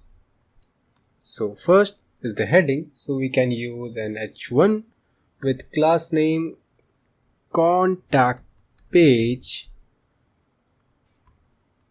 title, title, which has my clients in it. And then we have a span, which is, or a paragraph, which can be named as something like clients description, or simply client description. So what this paragraph will cover is this. So what we can do right now is creating the third thing, which covers the client images. So we can name it client imgs, and this division will contain the images. So image, and it will be named similarly like client img. So we'll be having this image. And as you can see here in this client section, what we have is these four images. So getting back here, I'll be having four of them. So these will be copied and pasted 3 more times. But I need those images, so what I can do is just import those images. But before that, what we can do is just use our contact.css, and then we can have those images. That is, import. The first one was for Walmart. So Walmart from the same location, assets / where is the Walmart logo? Here. And this whole same thing for the Microsoft and Facebook or the Adobe, just renaming them, as the second one was Adobe and the name was also Adobe. Third one was for Microsoft, I guess, Microsoft, and here writing same thing, Microsoft. this was the image name. Then changing this to the Facebook one. Facebook from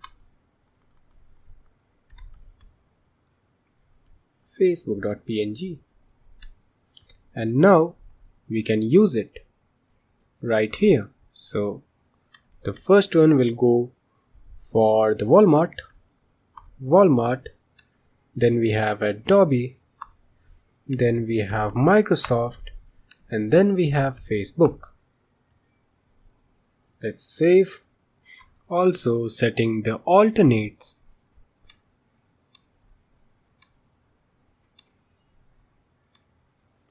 Like client, as all are my clients. So let's save this and see what happens. Okay, I forgot to import it. So we need to get back to our app.js, and here we need to import the contact section from here, and we need to use it right here. Contact section right here. And now let's check. Where's our website? Yes, everything is here. And now doing similar kind of operations in the contact.css is just take the whole contact page and add the min height to calculate 100 vh minus 4 rem. Then we have width of 100 viewing width. Then we can set the max width to 60 rem. That will be good. Then we need to set the margin to 0 for top and auto for left and right. Then we can just use the text align to center to align these texts. Somehow it didn't work, so let's check. Okay, here I made a mistake. Oops. This is not for class name, this is an ID. So let's check now. Yes, we have everything working fine. Then for the whole page, what we need is a flexbox. Display flex, and the flex direction should be column. And we have to align items AIC and JCC. Then what more we can do is nothing for now. So let's see. Yes, this is well aligned. And now we need to just resize this my client's heading. So we need to go for the contact page title, which says font size font size maybe 3 rem, and we can add a little bit of margin at the bottom. So margin bottom, to what we can do is we can add 1 rem. So margin bottom of 1 rem. Let's see. Yes, it looks great. And changing this description, so that was named as clients or client description. Let me check it. It was client description. So yes, client description. And the font weight first we need to change is font weight to 300, and the font size to 1 rem. Let's save it and check. This looks pretty well. Now for this whole client images. First thing we can see is these images need some margin or padding. Not padding, actually margin they need. So what we can do is we can just get here and just access those client images. And for all those, the whole div, what we need is we need to add some margin of 1 rem for top and bottom and 0 so that they are not stick anywhere. And then we can just display flex there. And as you can see, the images are quite big. So first of all, what we need to do is we need to access all those images, and for each image what we need to do is set the object fit to cover, as it is the first thing that we need to do. And then what can be the width? I want all those 4 images to be all over the width. So width can be around 25%. 100 by 4 is 25%, but we will be adding a little bit of margin, so we can just write 23%. And after that, the minimum width we need to set is 9 rem. Then what we can do is we can set the margin to auto, so it's margin auto, and we can add a little bit of padding of 0.25 rem. We need just a little bit of padding. So if we see now, yes, this looks pretty well, but the size of the image is good actually according to our screen.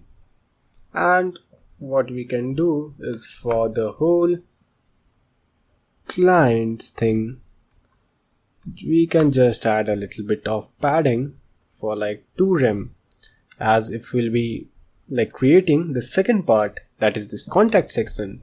We need a little bit of padding for this client section to get separated from this. And looking at the contact section in this image, what we can see is we have a heading, then a little bit of description, and then this form, and then this like links. So what we can do is we can get here and we can add a heading with the same name, that is contact page title. So this will contain that contact me part, and it will be auto aligned, as we have already decided that if element contains this class ID, that is class name, so what will happen to this, what kind of styling will happen with this. And then we have a span of contact description, which will contain the description, that is this. So let's see what else it will carry as a form. That is obviously the most mandatory thing. So what we can do is we can create a form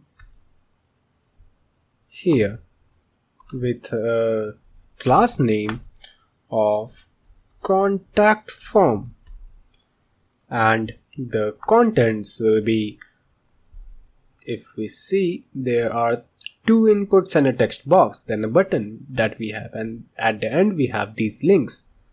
So let's check. We have input.name, and the placeholder will be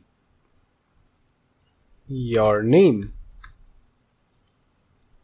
Then we have input dot text or dot email, that we need an email ID. So input dot email, where the type of it is also email, and the placeholder for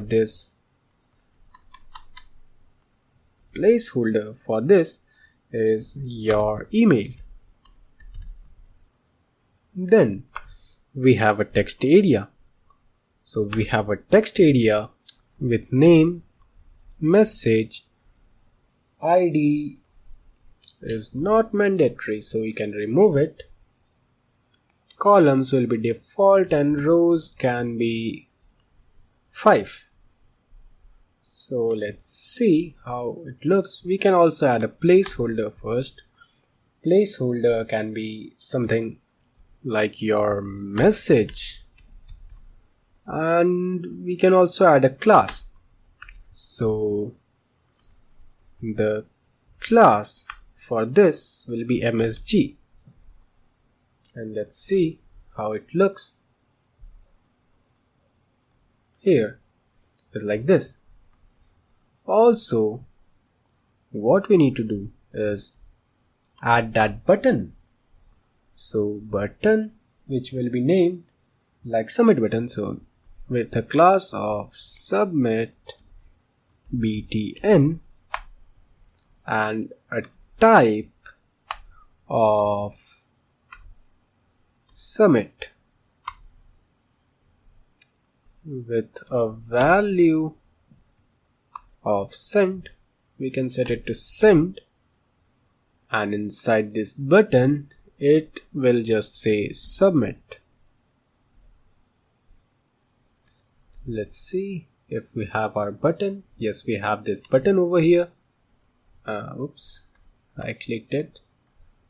Yes, we have this. Then at the end, what we have is the division, which will carry the links. So let me name it links, and it will have those 4 images. So img dot link, we can call it a particular link. So link source will be something, and the alternate can be its name. So first let's copy this and paste it 4 times. Then we need to import our images. So for importing those images, what I can do is I can just write import the Facebook icon from the assets folder, and let's find the Facebook icon. Then we have the same thing for Twitter, YouTube and Instagram icon, like this. So now we can use it. Here the first one was for our Facebook icon, so the Facebook icon. Second one was for the Twitter icon. Third one for YouTube, and fourth one for Instagram. And same thing we will be writing in this alternatives, like here Facebook, then here YouTube, here Twitter, and here Instagram. So let's save this and see if we have all our components. Yes, we have all of them. But for the contact form, we can go to the CSS, and first we need to just change the contact description. So contact description, we can just add a padding of 1 rem, and the font size we can change to medium, and the font weight we can change to something like 300. So let's see how does this look. This looks great. And now jumping to the form, we have the contact form, and this form will first have a margin, so a margin of something like 1 rem. Then we can display flex, but the direction of the flex needs to be in column, that is in vertical direction. And then the basic things, that is align items to center and justify content to center. And what we can do is we can set its width to 90 viewing width if we talk about the mobile responsiveness thing, but it will just spread all over the screen in laptops, so we can add the max width of 60 rem. It should not exceed 60 rem, and if the screen is less than 60 rem, it will just go for 90 viewing width.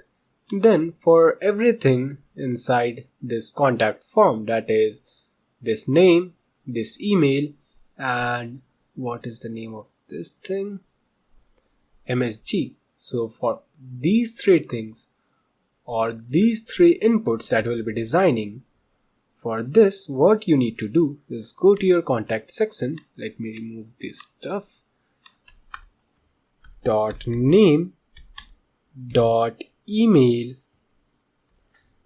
and .msg. What we need to design is, we can just make the font size first to medium, and then we can change its width to 100%, that it should cover the whole form. So 100%, and we can change the max width to 40 rem. Also we can add some margin of 0.5 rem. We don't need a lot of margins, like we don't want it.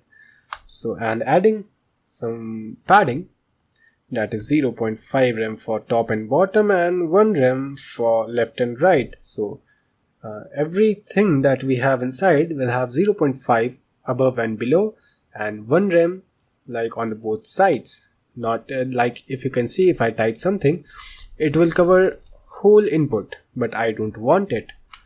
So for that I did this.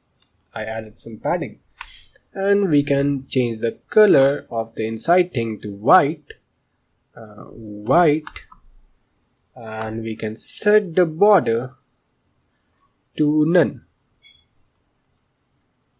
We can also add a little bit of border radius, very little, like 0.5 rem, and the background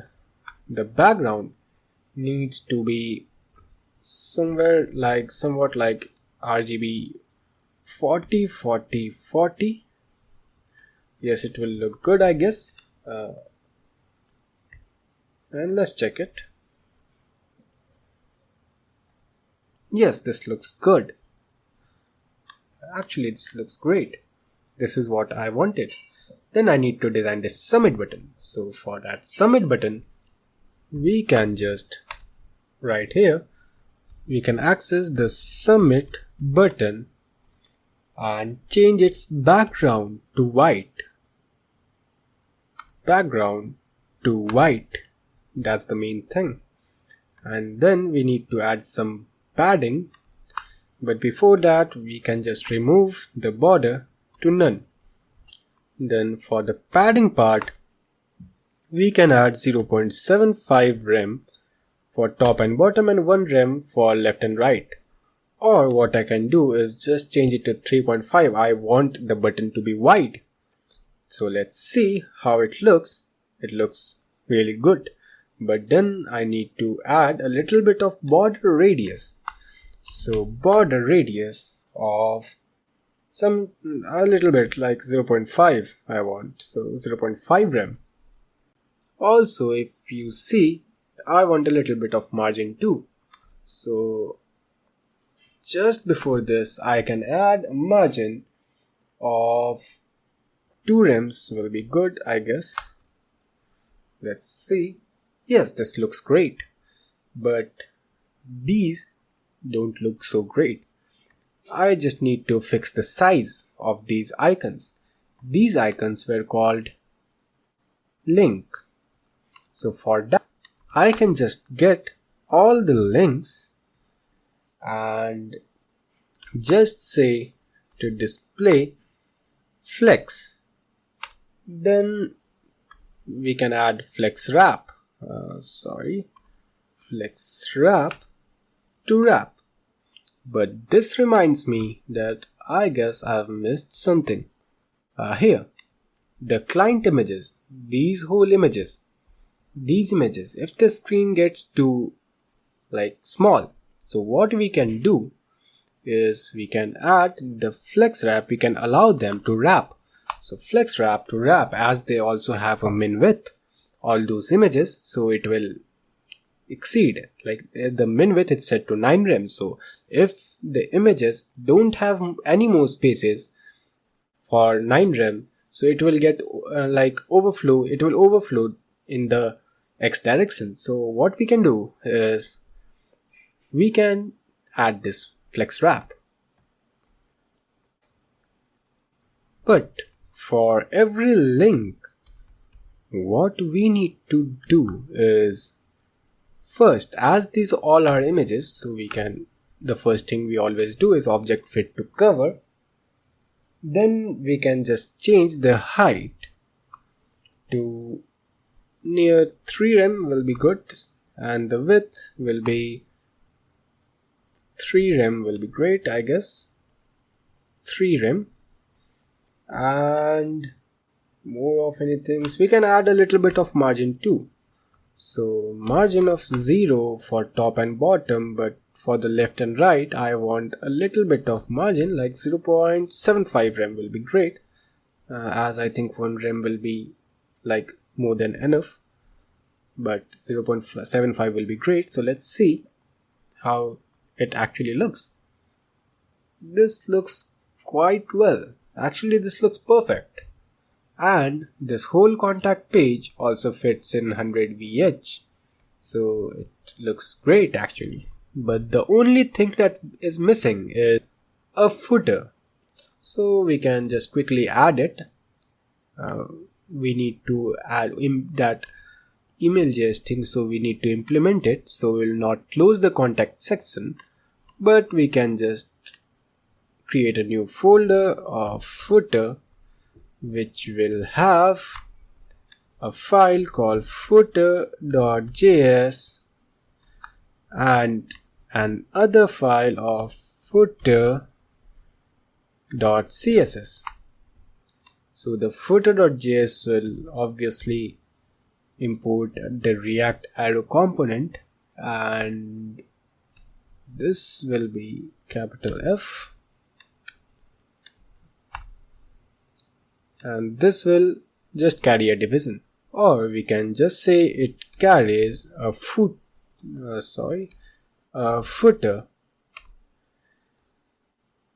which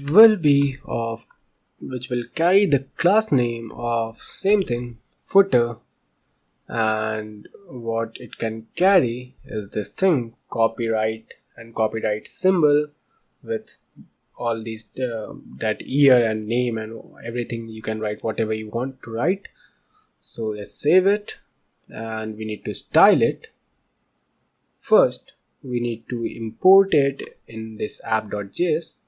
So we can just import it normally, import footer from here and use it at the end here, just like this. And let's see if we have our footer.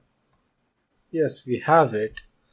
What is left to do is this footer styling. For this we have the class name. So class name was footer. However, we can directly access it like this. It will just carry the element, but we can add the class name, so as it is a standard practice. So we can just add the width of 100 viewing width, and the height should be same as the navbar, will look great, like 4 rem, and the background can be a little lighter, like background. Everything is RGB 30 but I need a little lighter background. So what I can do is I can use that 40. You can just click here and check whatever you want, but I guess 40 will be great for me. And display flex, then align items to center and justify content to center, Then we can add just font weight to 300, and okay, it got 3300, and the font size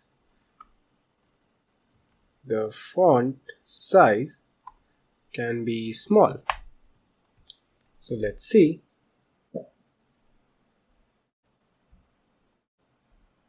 We didn't save it, and we need to import it. So import the footer, the CSS file /footer.css. Let's see. This whole thing looks great.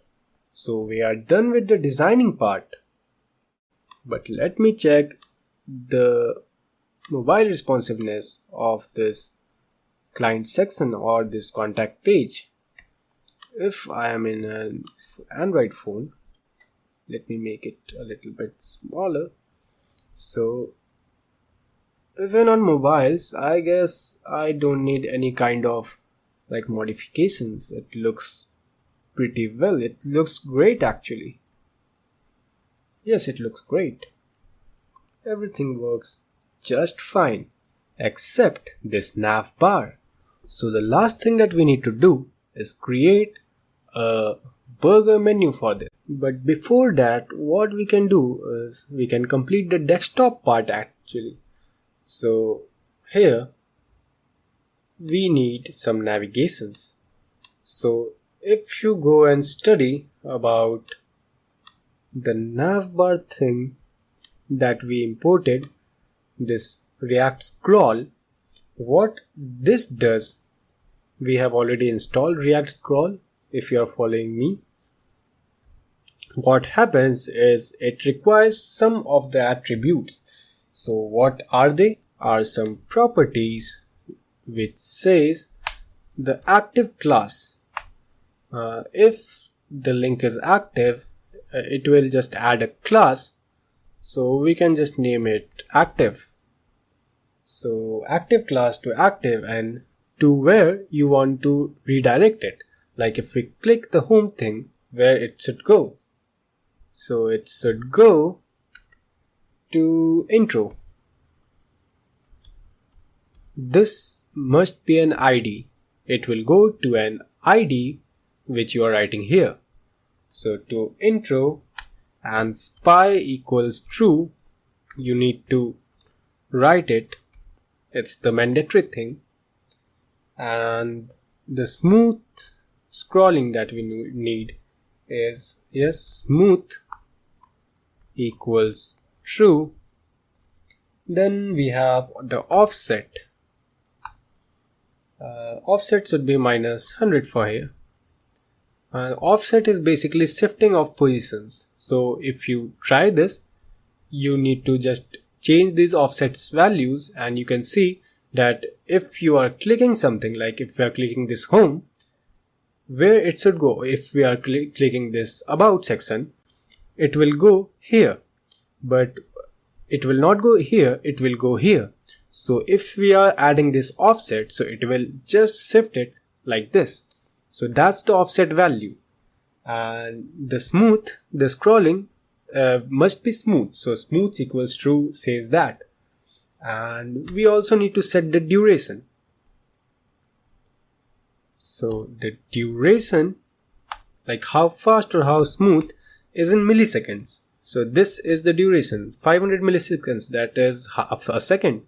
So in half a second, it should go from wherever you are to that position. Like whatever speed it takes, I don't care. It will just go in 0.5 seconds. So that's all for here. We just need to copy this whole thing and paste. What this py thing will do is it will just check that if I am on this ID or not.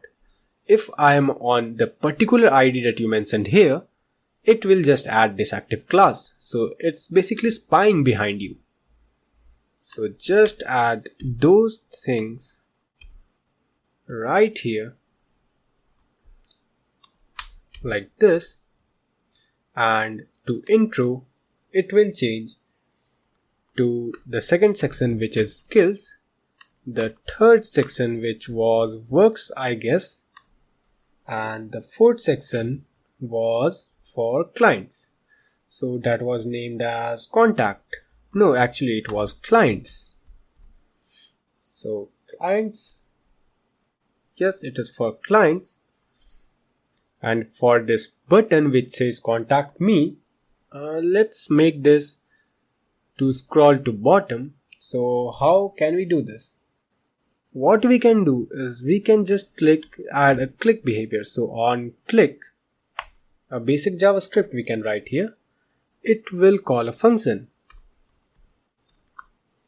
And what can we do in this function is we can just set the document dot get element by ID, which can be contact. So we are getting this contact button, that contact ID.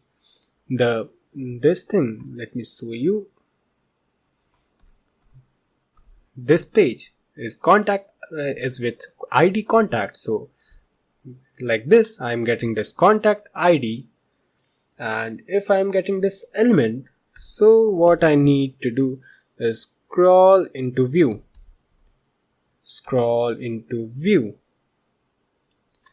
and calling this function. What this function will do is, if you click this button, what will happen is first it will find for this ID, this section with ID contact, and what will happen is it will scroll to that, scroll to that position. But the scrolling should be smooth, so behavior should be smooth like this. It will work I guess. Let's check. If we are going here and click, yes, it's going there. And for these, yes, they are working quite well. But for the home, everything works well. But if we are talking about the about section, we can see a little more part of this intro. So what we can do is we can change the offsets from here. So let me decrease it to 50. So let's see. See, now it's to 50. It looks perfect. So changing these again to 50 and 50, everything. Now let's see.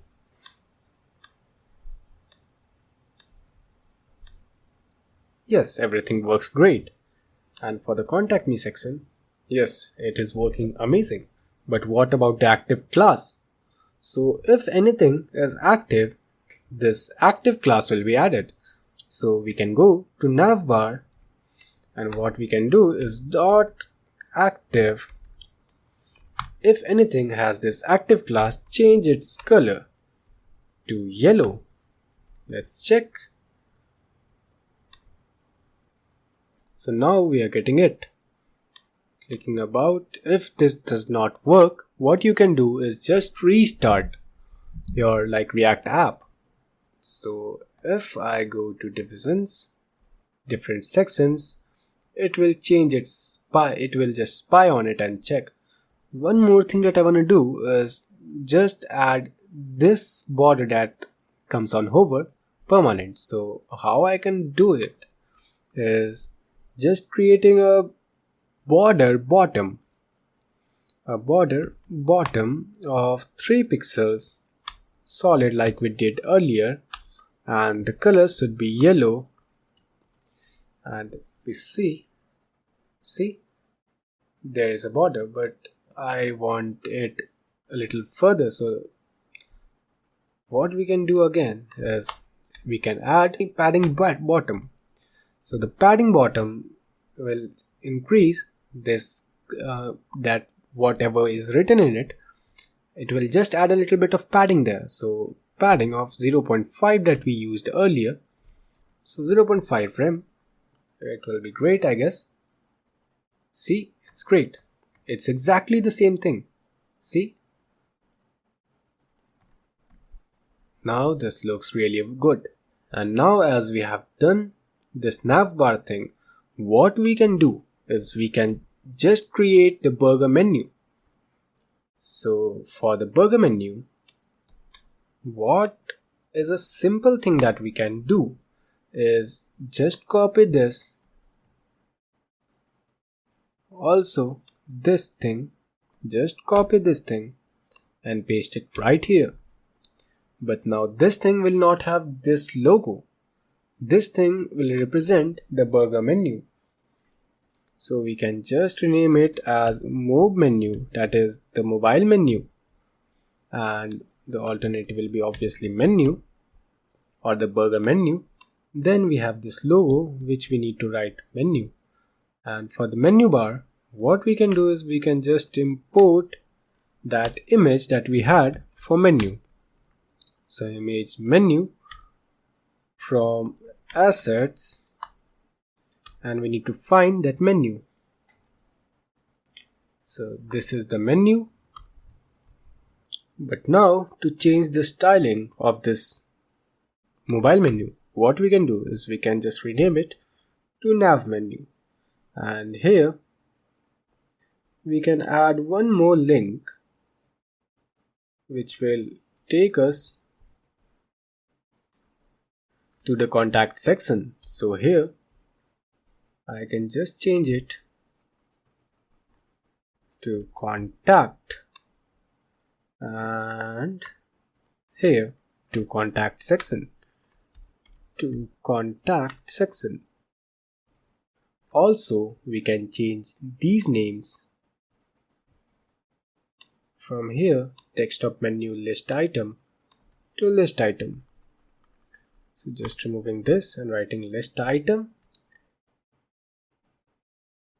And what we need to do is to make this whole navbar disappear or appear in this mobile. So what we can do is we can use React hooks, for which we'll be using the useState thing. So we just need to add const and so menu, this will be a variable, and set so menu, then adding its value to use state. See, it's already imported to false for now. And we can create a logic according to this in our desktop menu here. So for everything, what we can do is on click,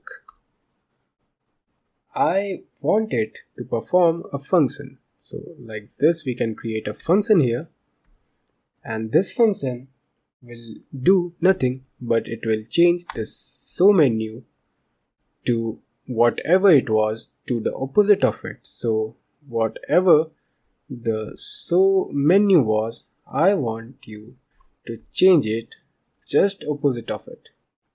So this is how we can change. If it is true, it will change to false, and if it is false, it will change to true. So by this logic, I can change the value of this so menu variable, and where I will use it is here.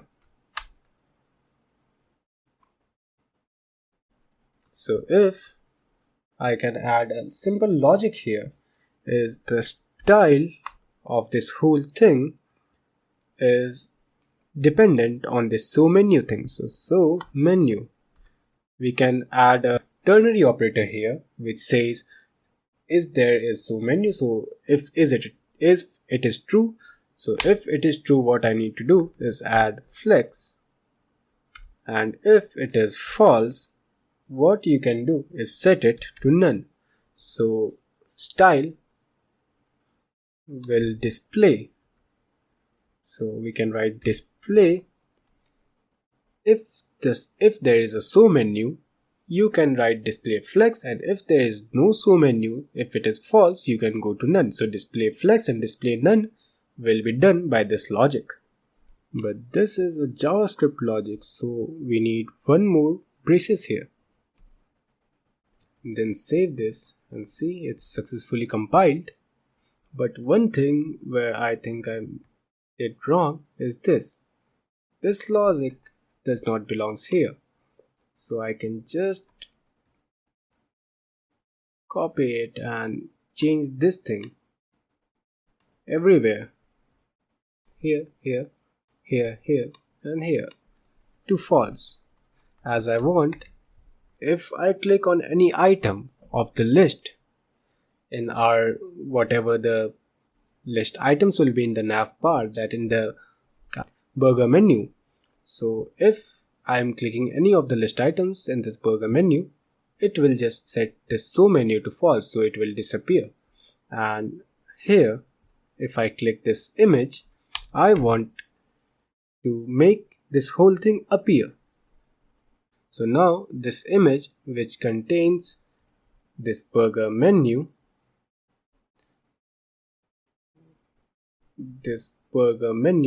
if I click it, I want the app to show these things, and if I click back on this, I want it to disappear. Also, if I click this, I want to navigate and disappear. But this don't looks quite well, so what I can do is change this location somewhere like here. For that, what we can do is go to the navbar.css and check for this nav menu. So what I can do is just take this nav menu and make its position to absolute, with its position of top to 4 rem and right to 2 rem. Then we can change its z index to 2, or we can also make it display flex with the flex direction of column, and we can add some padding of 0.5 rem. So let's see how it looks. It's like this. Then we can change the height. So the height of this whole thing can be fit content. So here, fit content, and the min width that we can make can be 15 rem. Also, I need to change the background, so the background should be somewhere near RGB. 40 40 40 will be great. 40 40 40, and we can add some border radius. So border radius should be 1 rem. So let's see how it looks. Yes, this looks fine, but we need to style these components so that were the list items. So for every list item, what we can do is we can change the color to white, which was white actually, we don't need to do this, and we can just add some padding of 0.5 rem for top and bottom and 3 rem for left and right. It will look good, I guess. We can also set the margin to 0.25 rem. We don't need a lot of margin between the list items. And we can again change the border radius inside. First, let's see how does it look. Looks quite good. See, this looks like this. But one more thing that we can do is change the background to RGB 30 30 30 again, and we can just see how will it look. This looks good. Yes, this looks good. So we'll be using this. But again, we have both of the menus at the same time, so we need to remove one of them. So that we can do by going to navbar.css and just going to .mob menu. That was the main menu. If we see in the navbar.js, this button, this image was the mob menu. This was called the mob menu. We can just set it to display none. Like forever it will display none. And as it is an image, we can set the object fit to cover, and the height is a little more, I guess. So height can be 1.8 rem. So if I comment display none, you can see the height looks good now. Or you can set it to 2 rem, it's upon you. And if I'm setting this to display none, you can see that we no more have that button. But what if I enter mobile screen? So we just need to add a media query for it. So let's see the mobile responsiveness of this, and if I am entering a width less than 700, yes, less than 640, or it don't looks good, so less than 720 say. So say it's less than 720. So we just need to add a media query, media screen, and a max width of 720 pixels will be good. So if the screen reaches less than 720 pixels, what I want to do is display the mob menu to display flex. Display the mob menu. And we had the desktop menu. So the desktop menu, I want you to remove it. So display none. So this menu will be removed. So let's see. Also we have the desktop menu button, this thing. So what we can do is we can also take the desktop menu button and remove it. So display none. So if we save and see, I'm getting it less than 720. Yes, this whole thing got displayed none. So this all thing got removed and this thing suddenly appeared. And if we click on this, we are getting this bar. So this looks quite well, I guess. Even if we check for phones, you can see this looks quite well. If we are checking for iPads, that is tablets, I guess this looks quite well in tablets. And if we get it for phone, we will get this. And this looks good, I guess. And after this, our navbar is finally completed. Also with this, our whole project is completed, but the only thing that we are left up is with this automated email that is using the email.js service.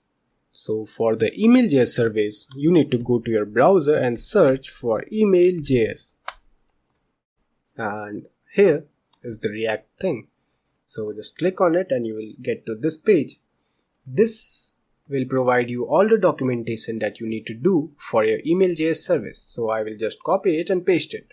But for that, I can see that we need to import this email.js from here.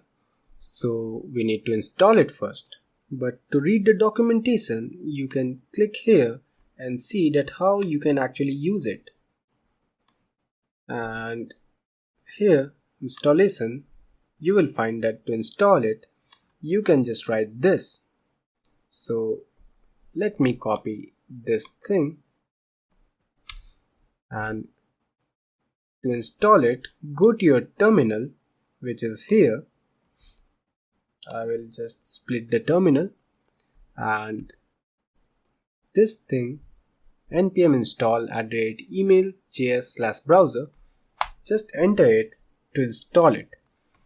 So go to your package.json and see if it is installed.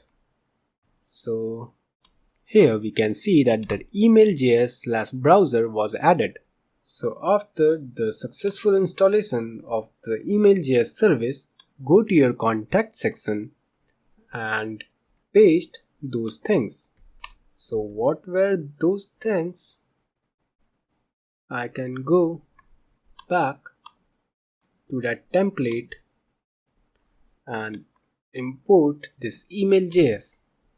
So importing this email.js here, and how can I use it is here. Whatever we had, we need to create a form, and you have to use this useRef.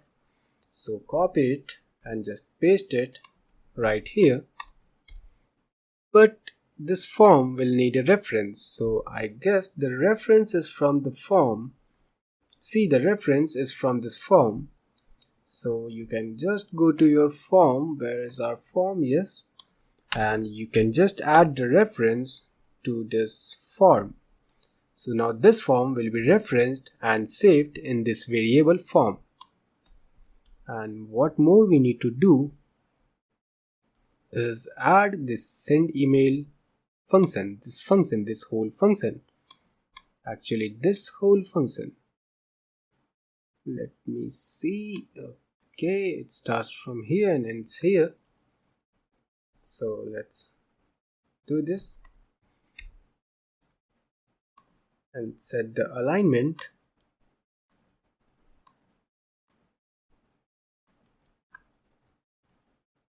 But it says that useRef is not defined, so the useRef comes in React. So just remove this and I will just import it in an easy way. Useref from React. Yes, it's imported here. So now we need to use this send email. So this send email function is here on submit, form on submit. We have to call this function. So form, where is the form? Form on submit. So form on submit, call this function send email. But if you are using this, what we need to do is create this thing. You have to provide your service ID, your template ID, and your public key.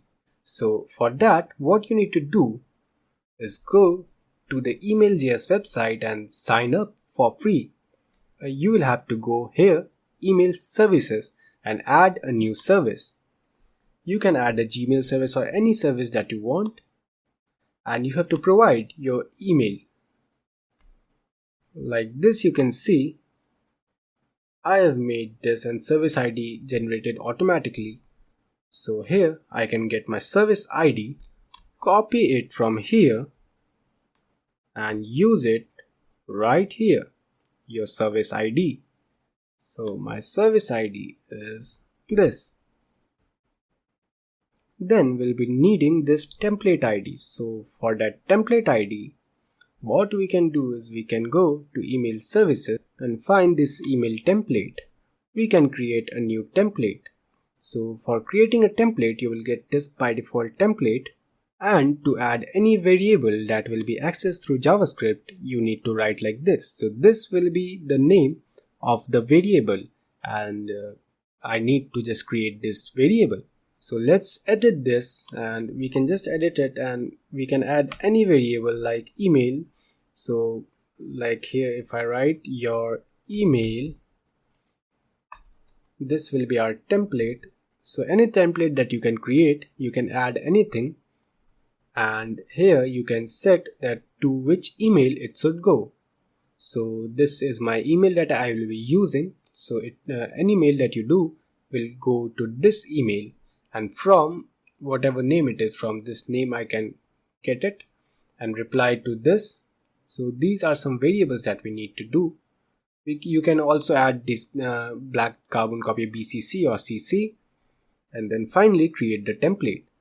I've already created the template, so let me show you. This is my template, a simple template, which will be having this from name here and here. Then we have from email and message. So after creating the template, you can just see here we have the template ID. So just go here and copy this thing, this whole thing. So if I copy this, I can paste it here. Your template ID. Just paste this here. Then we need a public key. For that, get back here to the email.js service and find this account button. Then you have this private key here. What you need to do is just select it and copy it. Then you can just paste it here, your public key. Okay, let's remove this and let's try to copy it again. Copy and paste it here. Yes, we have our template ID too. That is the public key too. Then now your form will automatically send it. But what about these templates? So for these templates, I need these names. So from name, from email and message. For that, what you need to do is go to your form, and as you can see in this documentation, what you can see is we just need to add this name, username, user email and everything else. So for that, if we check our template from here, what we have is from name. So where is our name? It is here in this form. So here we have our name. So we can just write the name to what was the name? Your name. Then for the email, we can set the name to your email, and what for this message, the name is message already, so we can just use it. Just save it and see that if we access this, what will happen is the form will collect the name, your email and the message. Then it will get to your template and it will fill the from name thing, the from email thing and message thing. So these three will be filled and it will generate an email and it will just email it. So let's try this, save this and see if we have this. First of all, let me open that email and show you how it looks. So getting to my Gmail account, and this is how my email will look. So let's try this. The name can be Anurag and the email can be anurag123@gmail.com.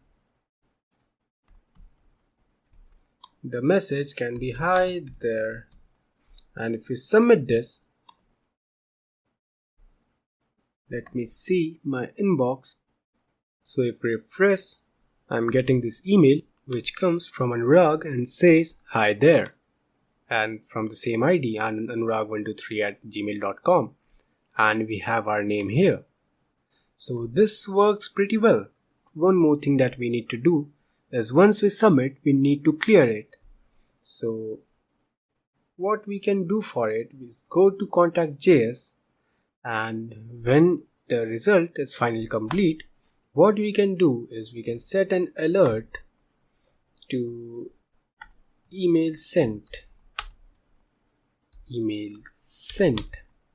Now this will alert you that your email has been sent, and e.target.reset. So it will reset the target. So if we see, now if I am sending anything, that my name is ABC and I am from abc.xyz or abc@xyz@gmail.com. Hi there, this is test 2. So if we submit this, we will get this prompt that our email is sent, and this whole thing will get cleared. Also, one thing that you can do is you can just redirect the page or refresh the page, and you can go here, but I won't prefer it, so I will just keep it this way. So if we check, refresh again, and see, we have a new message that is from ABC, from abc.xyz@gmail.com, which says, hi there, this is test 2. So yes, the email service is working great and everything is functional now, and the whole thing is mobile responsive too. So congratulations, you have done everything and completed this whole project. I hope you have learned a lot, and also a proper way to code and a standard way to code, which is well demanded in the market. So I hope that you have learned a lot, and stick to us, subscribe us to learn more cool stuffs like this and get yourself one step ahead of becoming a great software developer. Thank you.